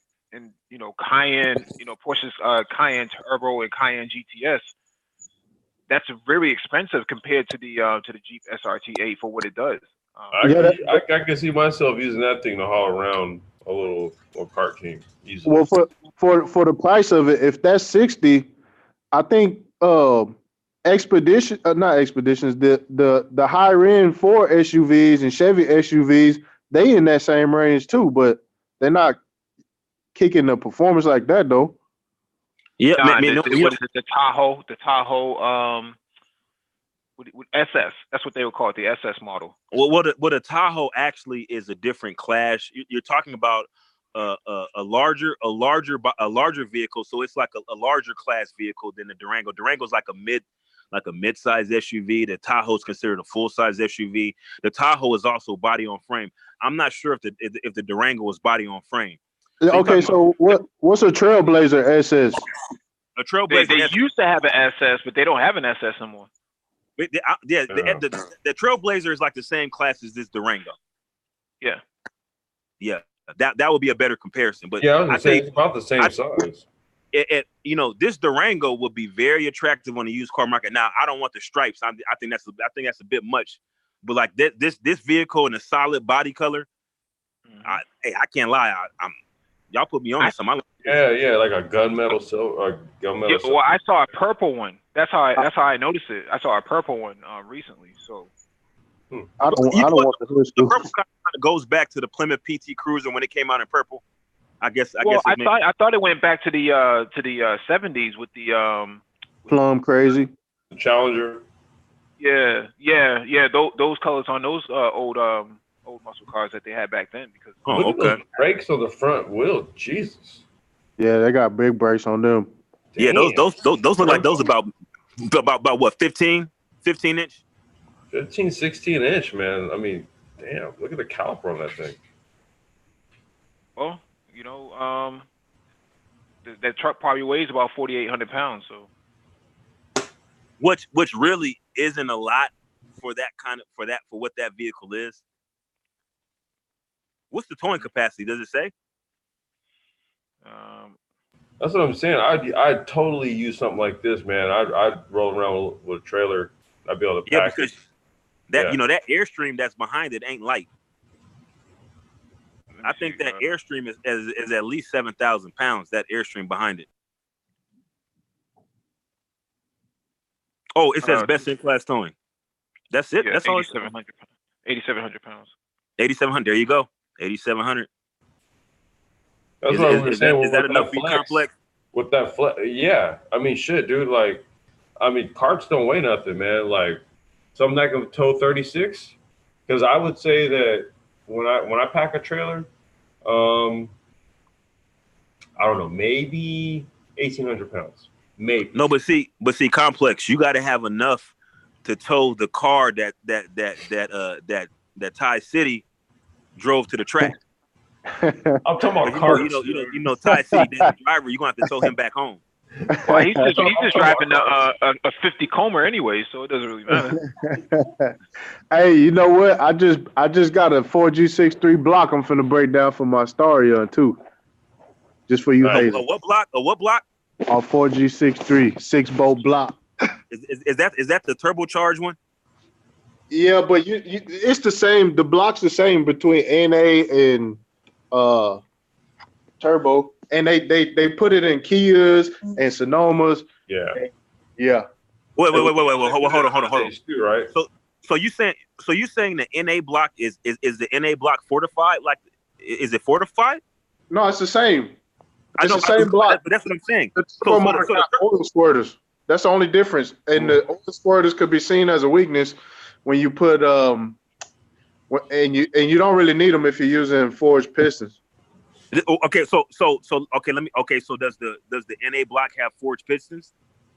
No. It's got a forged crank. They got forged cranks, but they don't have forged. They don't have forged anything on the. I know, but they have a forged crank. That's for the NA. That's pretty good. Yeah, they mass produce them. It's tons of them. They got Kias and Hyundai's got them. They mass produce it. Oh, okay. No difference in the heads either. The only difference is the cam profile for the turbo. I think it's got a little bit more overlap, but yeah. I love them, man. I just broke one. I got so happy, man. It's just an awesome engine, man. I can't wait to build it. Hey, man, I'm impressed that thing tows 8,700 pounds, man. That's impressive for the class. Yeah, I think it's all-wheel drive, if I remember correctly, too. Mm-hmm. See what I'm saying? Like, Ford don't have nothing that could be, you know what I'm saying? Well, that's the issue that Ford is running into, right? You know, they're in a market that's leaving them behind. You know, Chrysler is doing well with the muscle cars, and you know, GM is basically just getting by on the Escalade for all intents and purposes. I mean, that thing is a money-making machine for it. Well, you know, and the thing about it is that, you know, Ford has an attractive SUV. The Explorer is actually a pretty attractive SUV aesthetically, but it looks like what they tried to do is they tried to put the quad exhaust and try to make it look like it's a performance-oriented vehicle, but they don't have anything else to back it up. No, it's like a push-up bra, man, on a chick with a flat chest. Yeah, there you go. Now this right here, this Grand Cherokee is mean. Yeah, but if you're Ford, you're biting your nails because you're looking at this and you're saying, how did they get this out the door? If you know, looking at Chrysler, they're saying, how did Chrysler get this out of the door?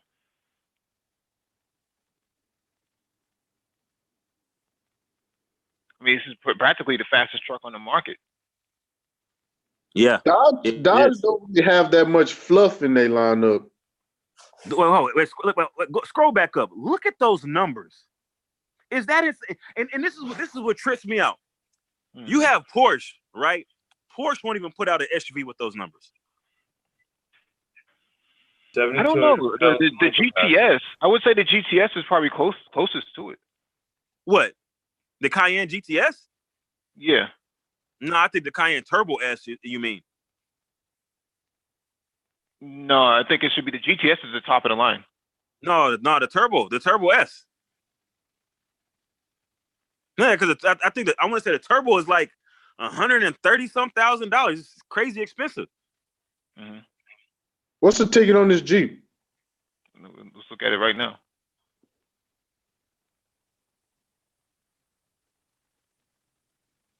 $87,000. 87. You still can't get nothing for that price with those numbers. Period. Nothing else. 87 grand for an SUV. Oh, I mean, I get it, but God. The market definitely gonna have to have a correction sometime soon, man. Dude, No. But Ty, hold on for a second. I'm listening. How can you correct a 707 horsepower, 645 foot-pounds of torque V8 SUV that's under 90,000? Come on. By not paying 87 for it. I understand you're not gonna pay 87, but think about that. Think about those numbers for what it is, and you gotta think about it. The Jeep Grand Cherokee is a near luxury vehicle, so you're talking about something that competes with Acura. So it's an Acura class car. It's not like it's competing with like a Chevrolet. The Grand Cherokee is like a step above. $7,000 Jeep, though. I mean, that's the problem I'm having. I would never do it, bro. Even if I had the money, bro. I'm not downplaying. Those things sell, man. Those things sell every single time. No, I know they sell it. Yeah, I mean, I'm just like, it's an $87,000 Jeep. That's how I look at it. I'm not downplaying any of the performance attributes. Nothing that you're telling me. I'm just like, dude, 87 grand Jeep. I can think of a whole bunch of stuff I would spend 87 grand on for a Jeep. Yeah, but before I landed on the Jeep. Yeah. But you have to keep in mind, if you want a really fast truck, what else are you going to go for in that price range? But my thing is, it's not just the Jeep. I just think the overall market is just crazy right now. No, I'd go for that SRT you just posted. What was that, 67? Oh, you're talking about the Durango, though. The Durango is for all intents and purposes, a 7-passenger SUV, whereas the Jeep SRT8, that's a different sort of car. I don't know if you've ever driven one of those SRT8s, but it's a different type of car. It just handles differently. It feels different. Yeah, I'm no dispute there. I mean, I've never driven this stuff, so I can't vouch for that. But what I'm saying is that if I'm looking at price points, what that Durango is at 67? The one we were looking at? 63. Okay, that's a full, 24K? Yeah, one is supercharged, one isn't.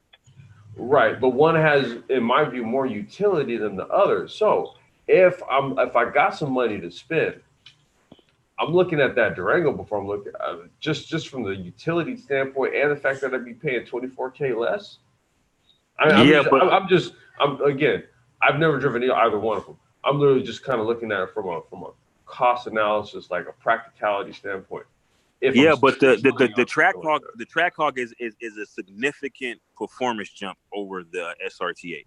I know, but what I'm saying is that for the amount of money I would be spending for something in that class, which is essentially a high performance SUV, I'm going to opt to go with something that's going to give me my performance jollies, but is also more utility. And that Durango will fit the bill. I guess the same argument could be said about somebody saying, well, why would I buy a Corvette when I could buy a Camaro that's more practical and still fast? It's because the Camaro is significantly cheaper than the Corvette. You're talking about a base model. Yeah, but see, in this instance, though, we're talking about SUVs, right? Yeah. So an SUV, in my view, okay, if I'm looking for the balance in utility and performance, I think that Durango kind of fits the bill for like 24K less. I've seen them. Trust me, there's plenty of dudes with those Trackhawks, man. I've seen them. They would just be like gunning it at the light and just be out of there. I get it. I've seen it. You know what I mean? I didn't know that they were going for 87K though. Yeah, they're gonna cost some change. Well, personally, I would just rather have a performance vehicle like a car, like a coupe, as opposed to trying to get I'll just get an SUV that's practical, but then I'll save my performance for my actual car. Now, when we talk about performance, look at this Cayenne Turbo SE Hybrid. Look at that sticker on that. Okay, that's Porsche though. It's an SUV still, man. Okay, I told you, dude. 87K for a Jeep. And yeah, I agree with you. 163K for a Porsche. Okay, yeah, I see it.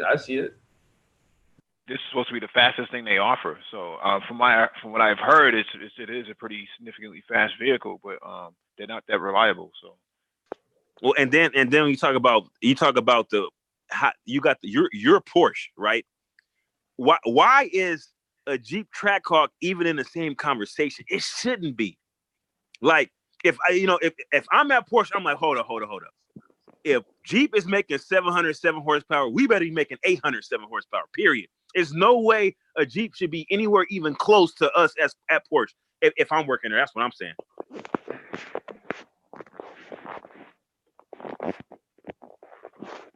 Ty City, you trying to say something? Nah, I was just wondering. I was just looking up the 2020 Audi Q8 is going for 68. Mm-hmm. I'd rather have that. Yeah, but that's not a fast truck. That's just a truck. Yeah.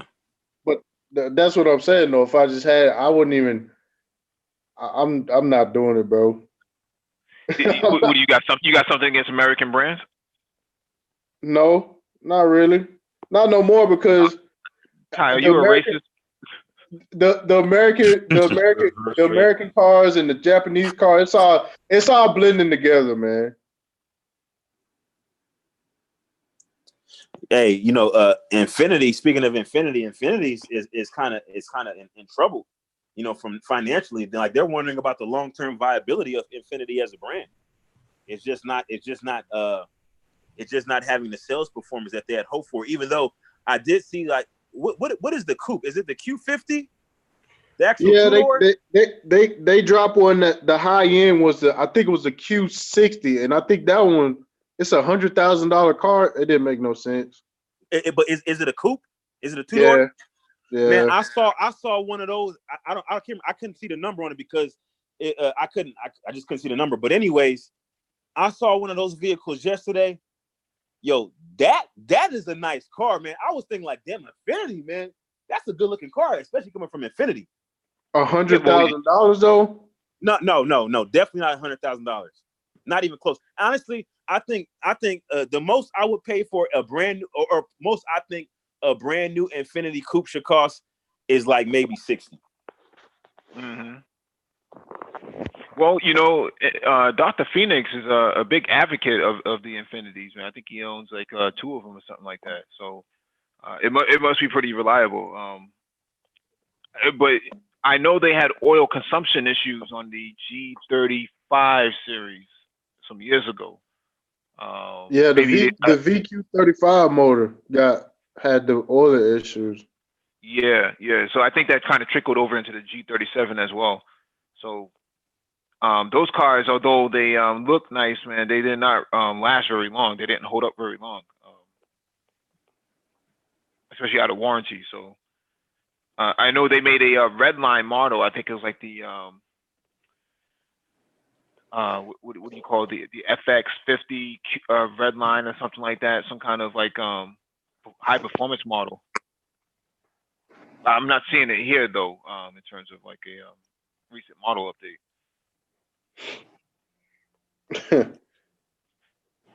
Yeah, the viability of the company, like Super Trish is saying, is very questionable because they sell these cars down to people with credit scores of a 580. So,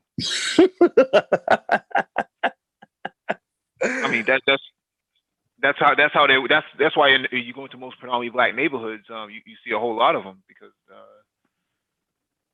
they're trying to capture that market. And so, and I'm guessing they're doing that with their in-house financing. So they must have a way of reclaiming those vehicles when they become delinquent. Could be. Yeah, I mean, because that's the only way that will make business sense. If you're gonna subprime lend, you have to have a way to recapture your collateral. Mm-hmm. Or maybe that's the issue. Maybe that's the issue they're having. They may not be able to get those vehicles back and turn and at least be able to get their money back when they resell them. Or they may have got hit by the government for subprime loans on those demographics. So it's not uncommon that they get taken up to court for that by attorney generals, putting all these cars out there, for people who can't afford them. Realistically, I don't think they've ever aged well. Personally, that's just me. Well, you know the I think it's the J. I believe the J SUV. I don't know if you're familiar with that one. I think that one is based off of the Toyota Venza. I'm not sure. Maybe it's based off the Toyota Venza. I mean, not the Toyota Venza. I'm sorry. Based off of the doggone it. What is it based Pathfinder? off of? No, not the Pathfinder. What's the other SUV? Murano. I think it may be based off the Murano. The J SUV. But anyways, those are very popular because of the way they designed it. They're able to accommodate like 38-inch rims. And so no, I'm dead serious. In Houston, though, they was loving those because they was putting these gigantic because you could do it without even modifying the wheel well or the suspension. You could just slap some gigantic rims on them. Mm-hmm. So yeah, so certain demographics are very partial to some of the Infiniti model lineup. Mm-hmm. Yeah, I just think that if you're looking for that performance SUV, maybe that Ford is probably seeing the writing on the wall that this thing is printing money for all the other brands. How come we're not doing the same exact thing? Now, I used to have an Explorer while my car was in the shop for a few weeks, and had a top of the line one, and that's actually a really interesting vehicle. It is picks up speed pretty quickly with that motor. It handles pretty good with the sport tires on it. I think the one I had like ultra high performance all seasons on there. And it has a lot of room. It feels like a bus at first, but then once you manage the blind spots and stuff like that, it was actually pretty decent to handle. Now, they don't have a V8 version to it. I don't know why. Because I know back in the day, the old Explorers, they did have at one point a V8. I think it was like in the Mercury Mountaineer or something like that. No, they both had it. The Mountaineer and the Explorer, yeah. Well, I mean, you see the direction that they're going because even in their Lincoln lineup, which is supposed to be their upper echelon luxury models. I mean, luxury nameplate. They're putting turbocharged V6. So I would think it'd be kind of irrational for Ford, being a lower tier model, to actually use V8s, using that actual formula.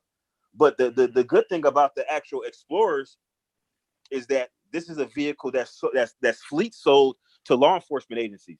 So if you think back to the Panther platform, the Panther platform is actually an extremely, extremely durable, one of the best values on the used car market right now. If you can just go get you a Ford Grand Victoria, a Mercury Grand Marquis, or Mercury Marauder, and get a good price on it, you got yourself an outstanding vehicle, because that vehicle itself, the parts are so cheap for it. Maintenance is virtually pennies on the dollar for maintenance compared to other vehicles. And so when you look at the actual Ford Explorer, 5 years, 10 years down the line, because it was mass produced and it was fleet sold to law enforcement agencies, parts are going to be plentiful and they're going to be cheap. It's not necessarily the same car, but I get what your point is. Well, I've seen the police auctions. Yeah, I've seen the police auctions for the Explorer Interceptors, and they're vastly different than the regular consumer model. Well, what I'm talking about is some of the parts, like because what happens is with these law enforcement vehicles, there's a lot of wear and tear. They use them in pursuits, they crash them and stuff like that, and so they have to have a large part inventory available in order to service those vehicles. And because of that, once the actual models are discontinued, or maybe they switch over, you got this large volume of parts that are available to the consumers. And so somebody who has say for instance, if you go to a car auction and you buy a regular Ford Explorer, now you can buy parts and like restore that vehicle for very cheap. Now you got a viable vehicle that you got from an auction, because a lot of auction vehicles, the reason why they're at auction is because they were repossessed or they were totaled, salvage titles. And so if you got parts availability for it, then you get an attractive price at the auction, then you get your parts at an attractive price, then you got a good vehicle for a low price.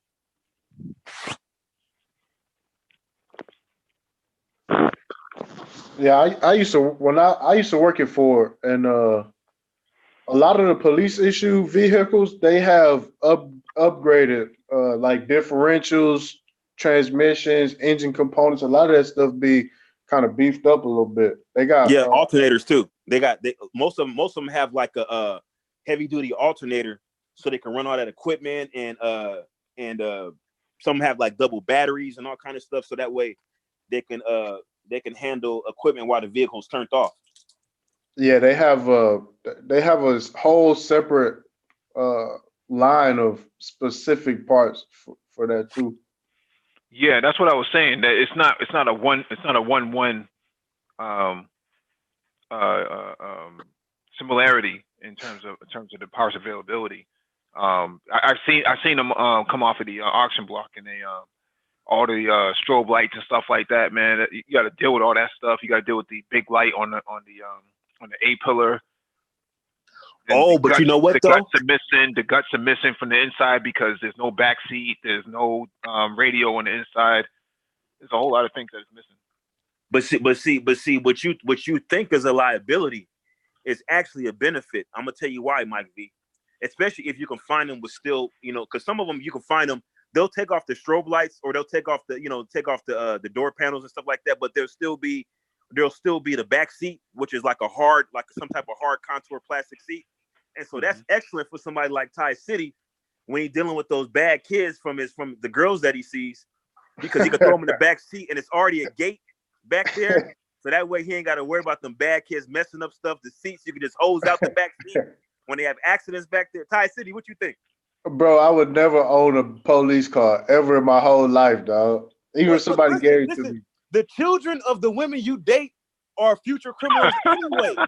So you might as well get them used to riding in the back of a cruiser. No.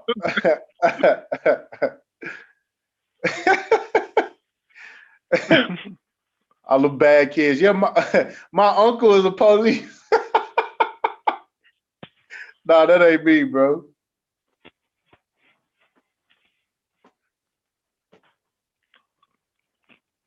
I will tell you this though, a lot of those fleet vehicles have top-notch maintenance done to them regularly. You open up some of the motors, they be clean.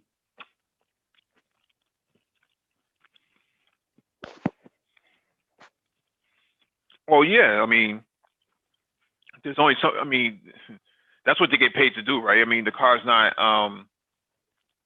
It's not going off road. I mean, very little. And they usually contract with the dealerships to do the service, and they only use manufacturer OE parts to service a lot of those city vehicles. Yeah, well, not with Boston Police, man. They have their own entire fleet division that manages all that stuff. I don't think it ever goes back to the dealership. Oh, we used to have a long line of urban police department stuff. Mm-hmm.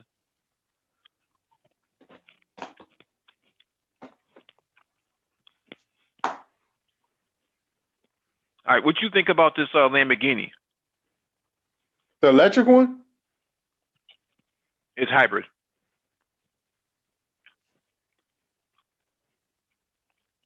You said that's the one with the V12. Now, it's got a capacitor, right? Mm-hmm. The main difference between a battery and a capacitor is what? A capacitor has the ability to store the same amount of energy without the weight impact. Okay. So it doesn't have lead. It doesn't have lead or lithium or any sort of material inside of it. It's just the capacitor itself. Okay. So it's going to charge different and distribute power different too, right? It doesn't hold a charge for very long. So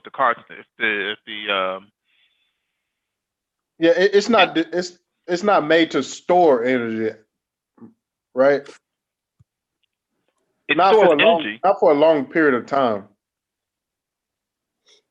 Well, is it for this particular application? It's not designed for range extension and things that you would conventionally associate a hybrid for. This is strictly for performance. Yeah. And so with this, the only thing I think is odd about this vehicle is that it appears to be built on the not the Gallardo. What's the model after Gallardo? After the Gallardo? Aventador. No, not the Aventador. The Huracan? smaller, The Huracan. Revenant or whatever it was. So it looks like it's built on the Huracan. Now I'm not saying it is, but just by the actual. It's built on the Aventador. Yeah, that's what I'm saying. But it looks like it's built on the Huracan platform. Just by the way it's shaped and the contours. I don't know what it is about it, but it looks like it's built on a Huracan platform for some reason. What are you gonna say? No, I was just gonna say that it does look similar, but it's actually a spin-off from the Reventon, whatever they call it. Reventon. Yeah, the limited edition Reventon. Yeah. So it's built off of that. But this one looks like the Reventon was extreme. I mean, it looked like almost like a Le Mans car. The way they had that. Yeah, that car cold blooded. That's a cold blooded car, man. But yeah, this car got a V12, right? Yep. And this car, I believe, is putting out like 800 plus horsepower, right? No, it's 800. It's 800. How's it applying to electric power? It has an electric motor within the drivetrain itself. The capacitor charges that electric motor, and that's what gives it the power. It gives it 35 horsepower. Oh yeah, but 35 horsepower. But I bet you it gives like 200 foot-pounds of torque. How much torque does it give? Doesn't say. You see, that's what I'm thinking. See, because when we talk about like these V12s, some of these V12s, they have the top end power, but the torque is where they're lacking, especially at the low RPMs. And so, what an electric motor will provide is torque. The torque is the important part for these electric motors, not the horsepower. So, if you can have a electric motor applying torque at low speeds, that's going to significantly enhance the performance of a vehicle like this. Mm-hmm. Well, it's used for boost. So the electric motor kicks in at a certain RPM, similar to the NSX. So they're using it for top end because if it only kicks in at a high RPM. I think that they could probably enhance the power if they have the electric motor kick in, which is probably some type of simple computer tune. Have the electric motor kick in under heavy acceleration. That's what it does. Oh, so okay. It uses it in 3 areas. It uses it in reversing, parking, and boost. So it's basically the electric motor basically acts as a turbo, one big turbo for it. Yeah, that's I just think you need to. I don't know how I feel about. I like the electric technology, but I'd rather see like all electric technology now. I'm looking at these hybrids now, and I'm seeing Porsche. Like I don't know. It's just weird. The electric and the combustion engine together. Like I'd rather just have a V12, to be honest.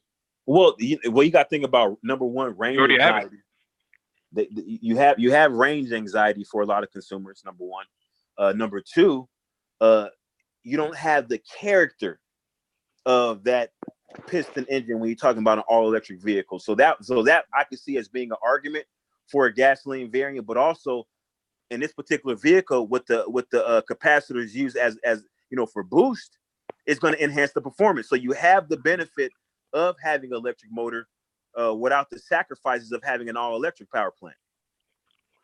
So it's like the best of both worlds in this particular scenario. Now, some of the hybrids, I think that are using the electrification to enhance, gas mileage, really have more compromises than anything because you have the added weight and complexity. without much of a boost to performance. So in that case, like some of the electric vehicles, hybrid vehicles I see now, they would benefit more from a setup like Lamborghini is utilizing as having a capacitor that doesn't have that added weight, but you still have that boost in performance. I think this Lamborghini is the best example of how hybrid technology can enhance a vehicle. Now, I'm in agreement with Ty City. If you're going to use electric, for other purposes, then I would say go all electric. I would say that the NSX is probably a better example. I mean, they're getting. But the NSX, how much is it weigh? 3,800 pounds. Yeah, that's kind of heavy. The NSX, they're getting 73 horsepower out of the NSX electric motors. For the Lamborghini, they're only getting 34. So, but I think the NSX should be weighing, no more than 35. NSX got multiple motors, don't it? Yeah, that's 3. It has, because it's all-wheel drive, right? The Lamborghini is not. The Lamborghini only has one motor that pushes the back wheels.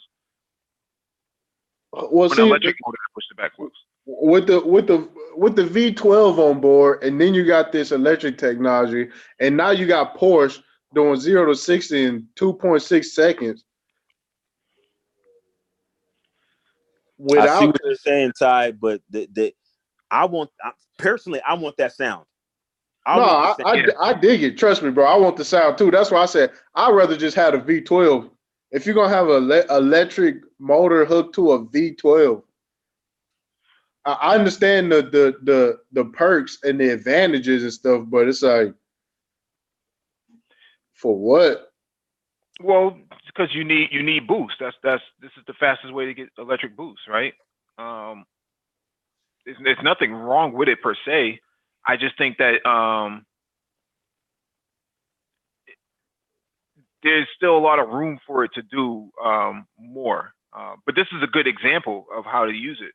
I wish Honda would have done it with the Acura NSX instead of using those big heavy ass batteries, because that's why the NSX is so heavy. It's the batteries that's really weighing it down like that. And the other motors, because the motors are pretty heavy themselves, the twin motor units. But yeah, a capacitor probably would have done better for the NSX in the way that it did for this Cyan that Lamborghini is using here. But they're the first ones I've seen use a capacitor. Now I know that we've talked about capacitors on this channel before, hemp-based capacitors and stuff like that with complex. So we knew that this was going to be a viable market going into the future, probably about a year or so ago. But look, hey Mike, but check this out, Mike. So you got the car like this, and you have the Porsche that's all electric.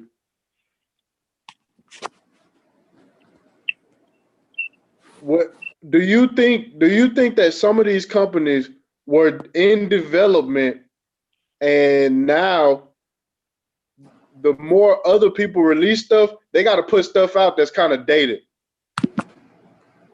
Who are you referring to? Well, because I'm referring to people who have certain technologies already, but they in the background, right? And then they have companies that's actually releasing stuff, prototypes and stuff that's more advanced than what they've been working on in the background. You think that's going on with some of these companies? It could be. I mean, it happened to Nikola Tesla, so there's a variety of things that companies kind of experiment with, but it costs a lot of money. So what you're starting to see now is like independent studio shops and things like that actually do the research first, and then companies like Lamborghini, Porsche, and Ford and GM would come in and invest dollars into it,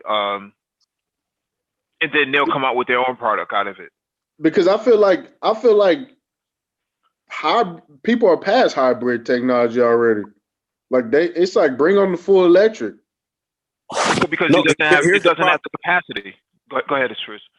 The issue is not necessarily, well, number one, the technology is not that advanced because we're still seeing extremely heavy weight penalties for having all electric platforms. That's number one. Number two, the infrastructure isn't there as far as charging is concerned. So people still have what I call range. Well, I don't call it. I mean, that's a general term, range anxiety. So until people get over range anxiety, or you have some type of infrastructure that supports electric vehicles wholeheartedly, then you won't see that full transition quite yet. Because people have to actually plan, like, especially say for instance you live in Laughlin, Oklahoma. Do you really think somebody in Laughlin, Oklahoma is going to buy a Tesla? Where the hell are you going to charge at home? Yeah. That's it. Yeah, your biggest issue is charging infrastructure. Yeah. And then it's also like say for instance you have a Tesla and you want to take a cross country trip. Like, yeah, we're gonna go see the in-laws. I'm off for the summer. I'm a teacher at some high school. I'm off for the summer. We're gonna pack in the kids. We're gonna drive across country and go see grandma. Not in a Tesla, you're not. Well, it depends, because Tesla has set up superchargers all across the country from Maine all the way down to California. Okay, so you're supposed to be able to drive cross country in a Tesla. Okay, if you live in Shreveport, Louisiana, and you driving to see your grandparents in Great Falls, Montana, are you driving a Tesla, taking that route? Probably not, but they've demonstrated that it can be done. So now, if we're just talking about going from Maine to Southern California, then they demonstrated that sort of trip can actually take place. The only issue is, go ahead. Yes, it could be done with meticulous planning. Right. Right. But in this regard of the Lamborghini, I mean, you're not going to take that type of trip with that car. But to Ty's point, you're we're past hybrid. Just bring on full electric. Lamborghini owners aren't ready to go electric yet, at all. They are holding on to that V12 and that V10 for as much as possible, and so that this is the perfect balance for Lamborghini right now. I don't know, man. I just think they walking a fine line with that one. Why? If they put an electric motor inside that car right there, I can guarantee you it's not going to cost what it costs right now. It's going to cost at least $2 or $3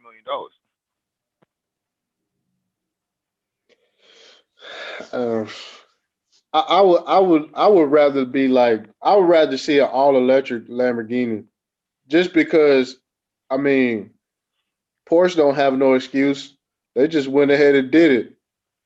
Well, because Porsche had to do it. Okay, let me ask you this, Ty City. How many 24 hours at Le Mans, 12 hours at Sebring has Lamborghini won? You know what? I don't know. Yeah, so people are not buying Lamborghinis for raw performance. They're buying Lamborghinis for raw emotion. No, I understand that. They actually hard to drive. I know that they're not the most practical vehicles, but people still see them as like front runners in technology. Well, when they ran the Blood Pond series back in like maybe say like 2010 to like 2013, 2014, they were ultra competitive. And you still have the trophy, and you have the Lamborghini Trofeo series right now. Yes, Trofeo is legit. Yeah, it's a one make race series. So I mean, they've gone into the realm of putting their reputation on the line, on the track. So I wouldn't say that they haven't performed. But that's not why the conventional Lamborghini buyer is purchasing them. Now, Ty City just said their Lamborghini is among the front runners of technology. Is that what you said? Yes. Ty City, what are you talking about? I think Ty City's tired, man. Tired. What in the world are you talking about, man? I mean, we was just no. Please, you about to cook yourself right now. Just don't even say it. Man. Nah, man. No, I think he just means that Lamborghini's at the bleeding edge of performance for what they do. I would agree with that if that's what he's saying. Performance, But- yes, I can agree with performance, but when not you technology. what I'm saying is when you go and buy a Lamborghini and you go to the latest model, when you get in it, it's not gonna feel outdated. Now we already seeing full electric. I mean, now it's like if you have a like hybrid technology, it's like why? That's kind of like when are we going to get to the point where I know y'all said it's the charging stations and the infrastructure and everything, but how long is that going to be before it's like, oh yeah, we're bringing a hybrid to the market? Oh, well, if you're talking about full electric, man, you probably won't see something like that for at least 5 to 10 years. I mean, we're still about. Infrastructure- I'm sorry, Mike. Go ahead. I'm sorry. Go ahead. No, I was just pointing out that as long as you still have gas stations up and they're not some of these contracts that they've signed is that they can't even add electric charging stations to their gas stations. So that's the big problem. I was gonna say that's really what you're talking about here right now, dude. You really aren't dealing with with a governmental body that's receptive to, which is essentially just like a fundamental shift in terms of our transportation infrastructure. I mean, if you want to know what's like one of the cornerstones of that whole Green New Deal that AOC and Bernie Sanders and all those political figures that they're pushing, okay, it has to do with basically from the ground up fundamentally pivoting our the basis of our economy towards this type of stuff. You see, so like take a look at what the Green New Deal outlines, and you'll see why there's such pushback to it, because what signifies is a fundamental shift to all this other stuff that we're talking about. So we then start changing legislation to where on the one hand, where Mike just said gas stations and stuff, and gas station operators, if they're carrying like Chevron brand gas or something, okay, that's all they could do. They can't like have any other like energy source products outside of like propane. They can fill propane tanks or something like that, but they can't do anything else besides that. Green New Deal would mandate that every gas station have charging stations. See, you go from contractual obligation to government mandate. Okay, if the government turns around and mandates that every gas station, essentially, by definition of what it does, it provides an energy source to vehicles that are transporting either people, goods, or whatever, or in the act of performing a service, then they say, okay, well, a fuel source is also electricity. Okay, as soon as the government mandates something like that, it says, okay, so look, you already have a petroleum infrastructure set up. Now you may as well just go ahead and overlay electricity onto that as well.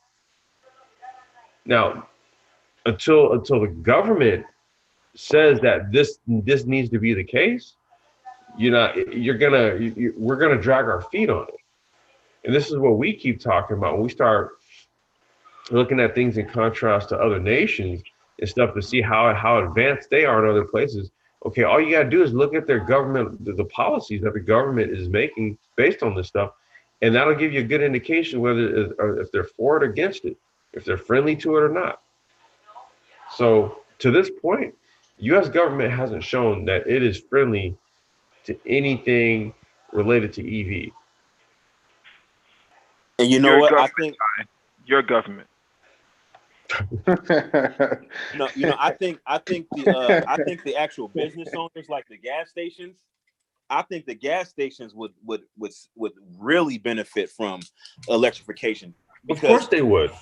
And the reason why I say this is because, well, I mean, not the gas station owners themselves, but like say for instance, if a gas station owner wanted to convert to having an electric station, what that would mean was that because of the longer duration charge times, people will be more likely to come inside of the gas station. And so if you come inside of the gas station, that's where they make their money at. when people Well, come in. it also takes a long time to charge a battery.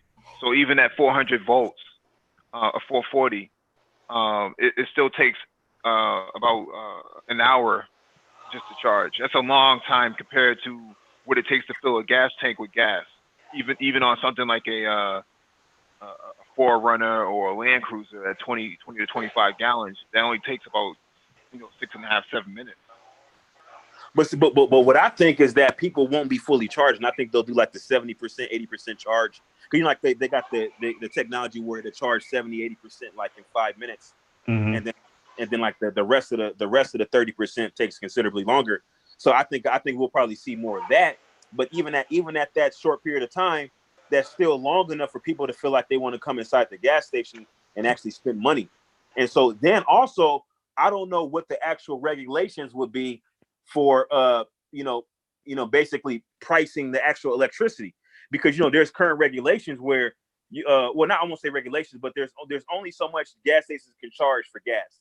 That's the reason why that's not their money maker. But with an electric model, perhaps they can make money on electricity that they couldn't make when they were selling gas. Depends if the utility companies allow it, because utility companies right now are in control of the distribution of electricity. So you can't even sell it. That's why most garages and Walmarts and stuff like that, they don't charge for using their EV chargers. They're allowed to actually use it. Powerwall. Yeah, they're not allowed to actually sell it.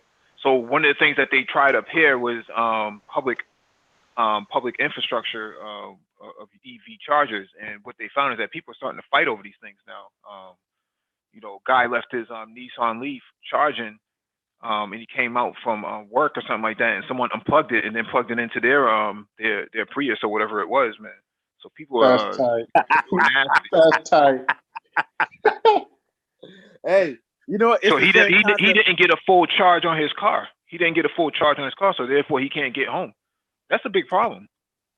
Hey, it's the same concept like if you ever lived in a building where you had to share laundry, and if you leave your stuff in that washing machine, somebody taking that crap out and throwing it soaking wet on top of the washing machine while they got their clothes in the washing machine. Wow. So, for Thai City, man, make sure you wash your boxers out first, man, because you don't want to get caught up, man. Someone take your joints out. Mike. Now Thai City hand wash his drawers to get them streaks out anyway, so he's not worried about that. He ain't worried about that. So listen, so Mike, when you visit Thai City, remember that sink that you about to brush your teeth in. That's where he washed his drawers out at. Yeah, I got a clothesline. You got a clothesline? I thought that was a wrestling move. No, it's part of the Green New Deal. It's a brown New Deal. Oh man. I don't get it though, man. I feel like a lot of these companies finna get caught with their pants down, man. And people probably working on stuff that's so far advanced, and some people just ain't gonna be able to catch up. That's why I'm saying, like, why are they even dealing with this hybrid technology stuff, man?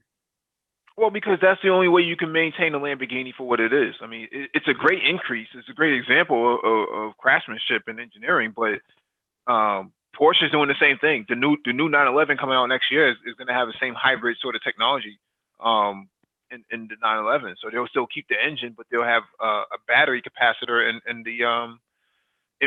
underneath the back seat. So Porsche is moving in that same direction. Audi, for the most part, they don't really need to hold on to anything because they have the e-tron, and they're never really associated with big V10s and V12s and really great six-cylinder engines. They don't really have that sort of legacy. So there's nothing for them to maintain. It's easy for them to move on.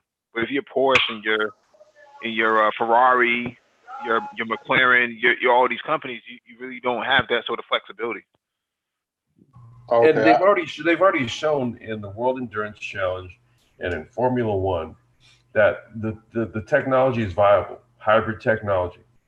Okay, I mean that this technology has produced some of the most dynamic race cars that we've seen engineered up until this point.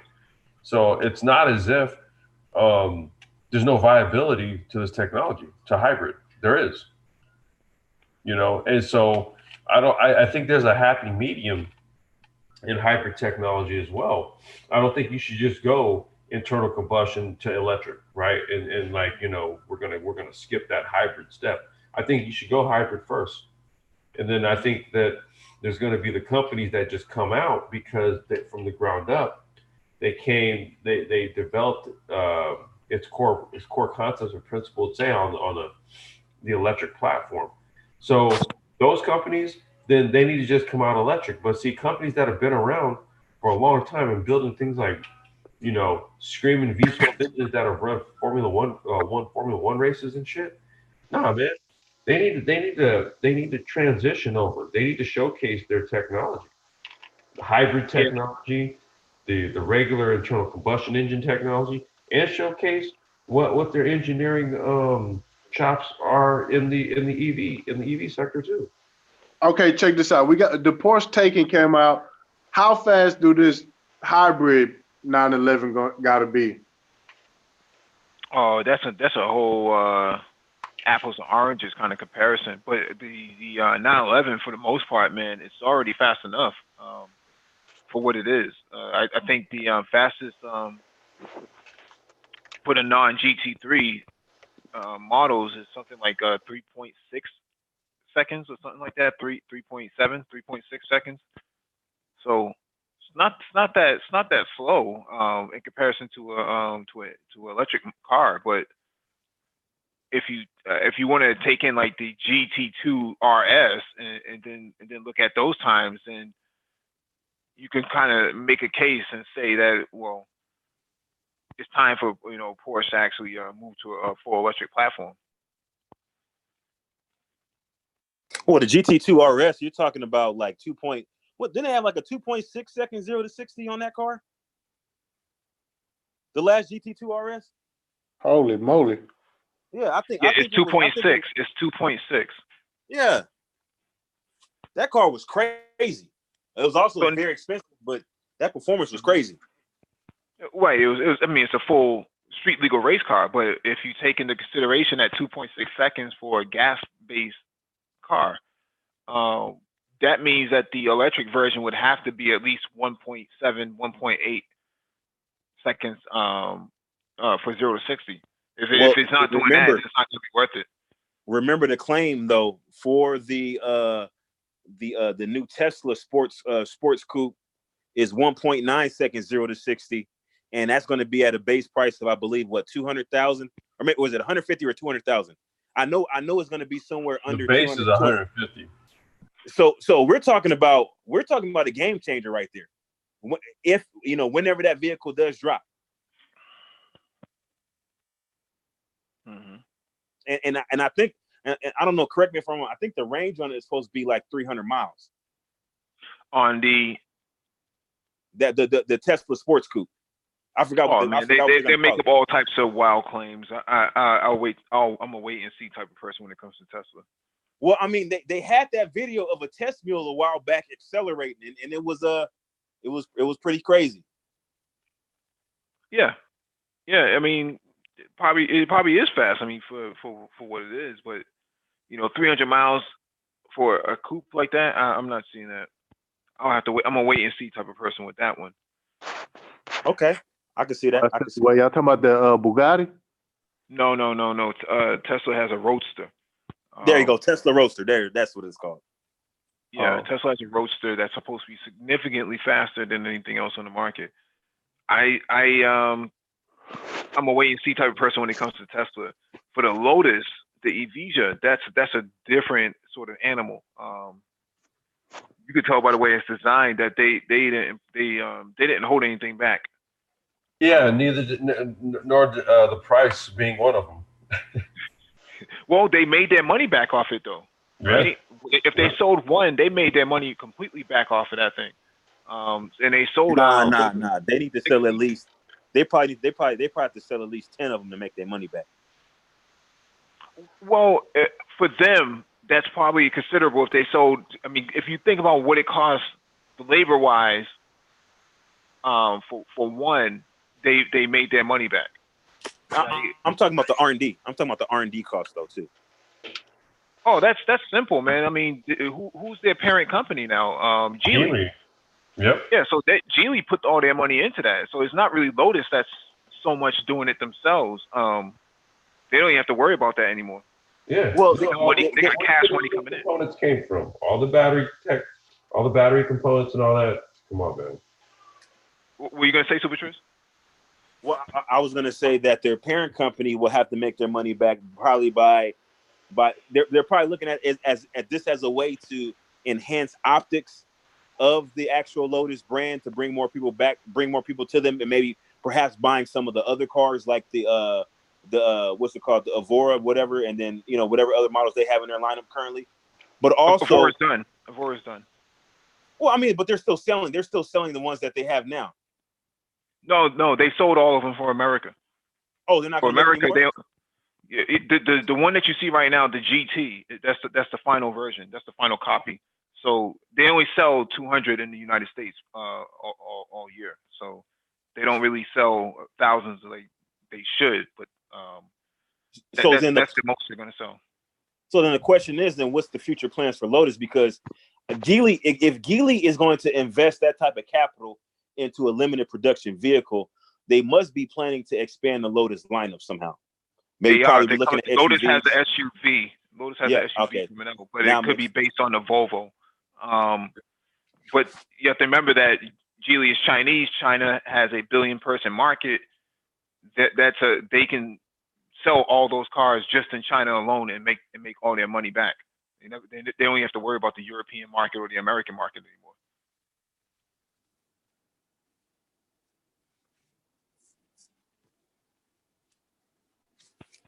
And I think Geely is Geely still trying to come to the United States? I believe they are.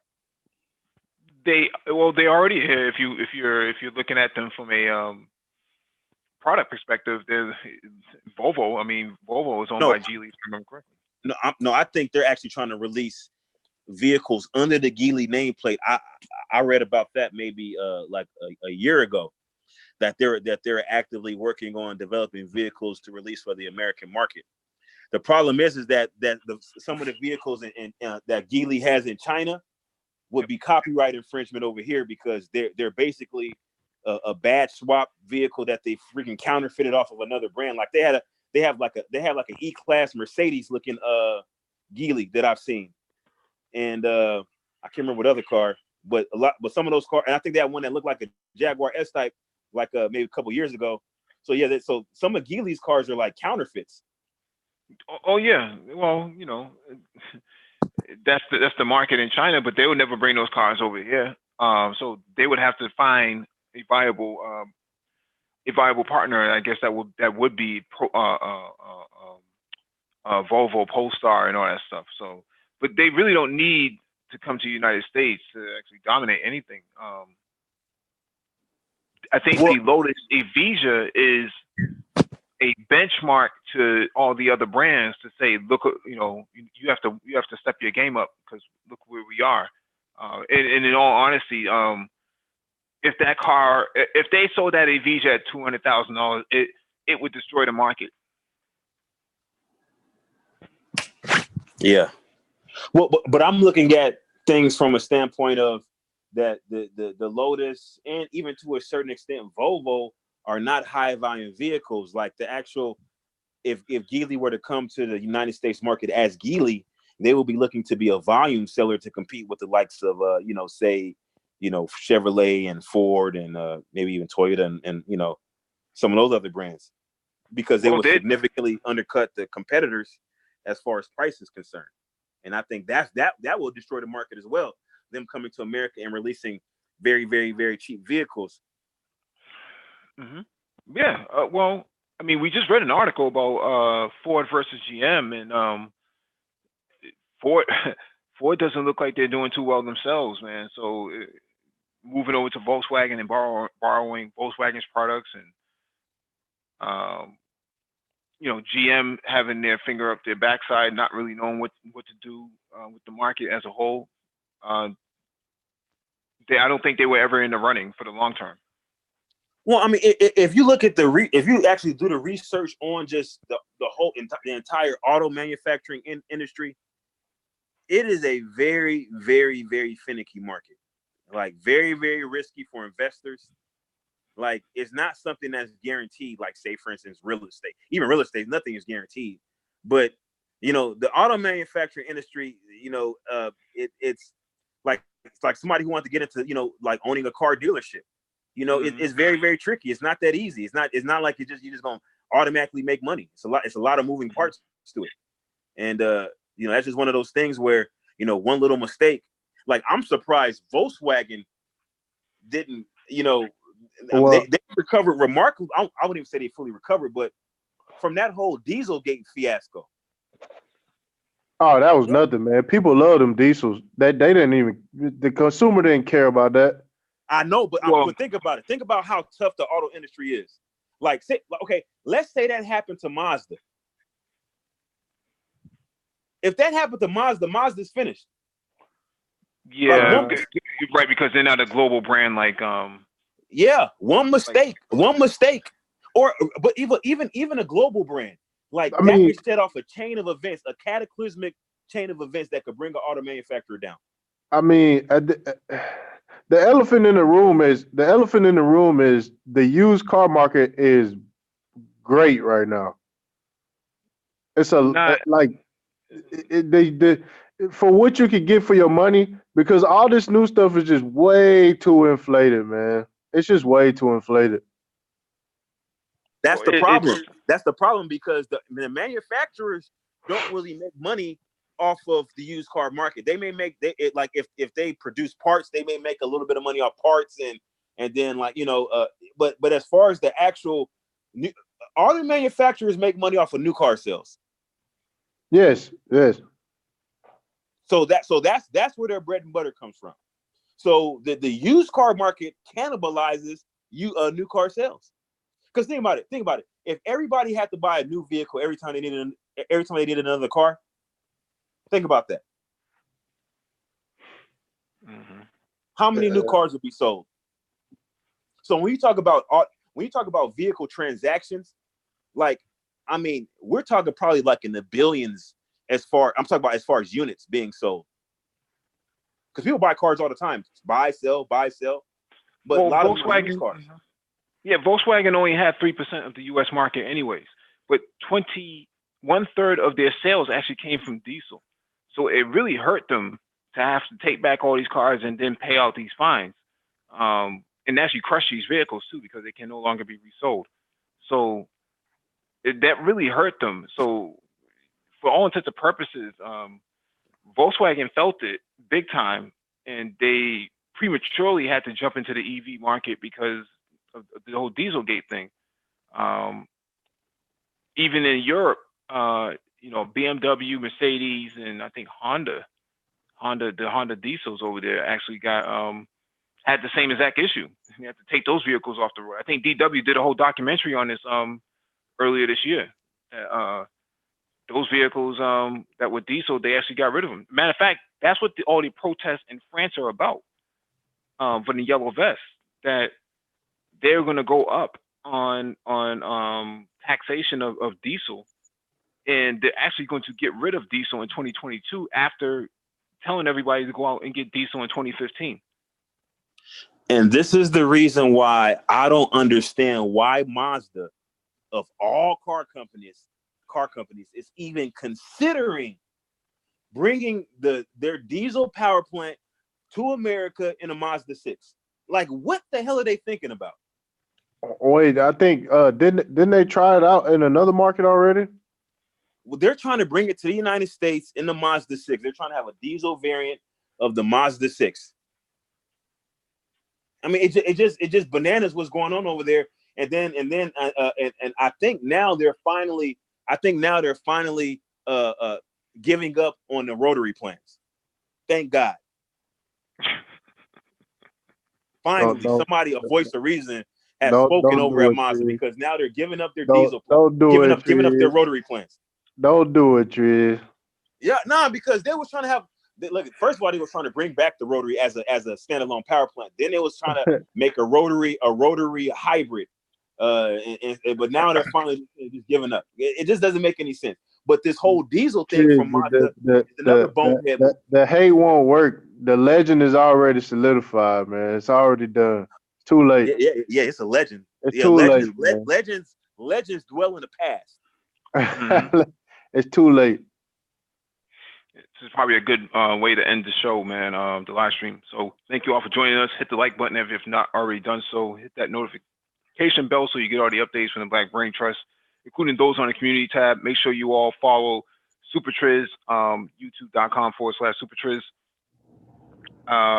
And we'll be probably back tomorrow. I don't know if Complex Design is going to have a cannabis hangout or not, but Yeah, I wanted to try to, man. I got work tomorrow, so I'll try to swing it afterwards. No, Complex. You need to swing some Vicks Vapor Rub underneath your nostrils or something, man. Man, you stay having jumps, man. Hey, man, that's just kind of what it is, man. It got all windy today and kicked up a lot of dust, so yeah. Yeah, I postponed the Black Tech Talk for tonight, man, and decided that we'll just do it tomorrow night. Okay. But yeah, we'll see you then.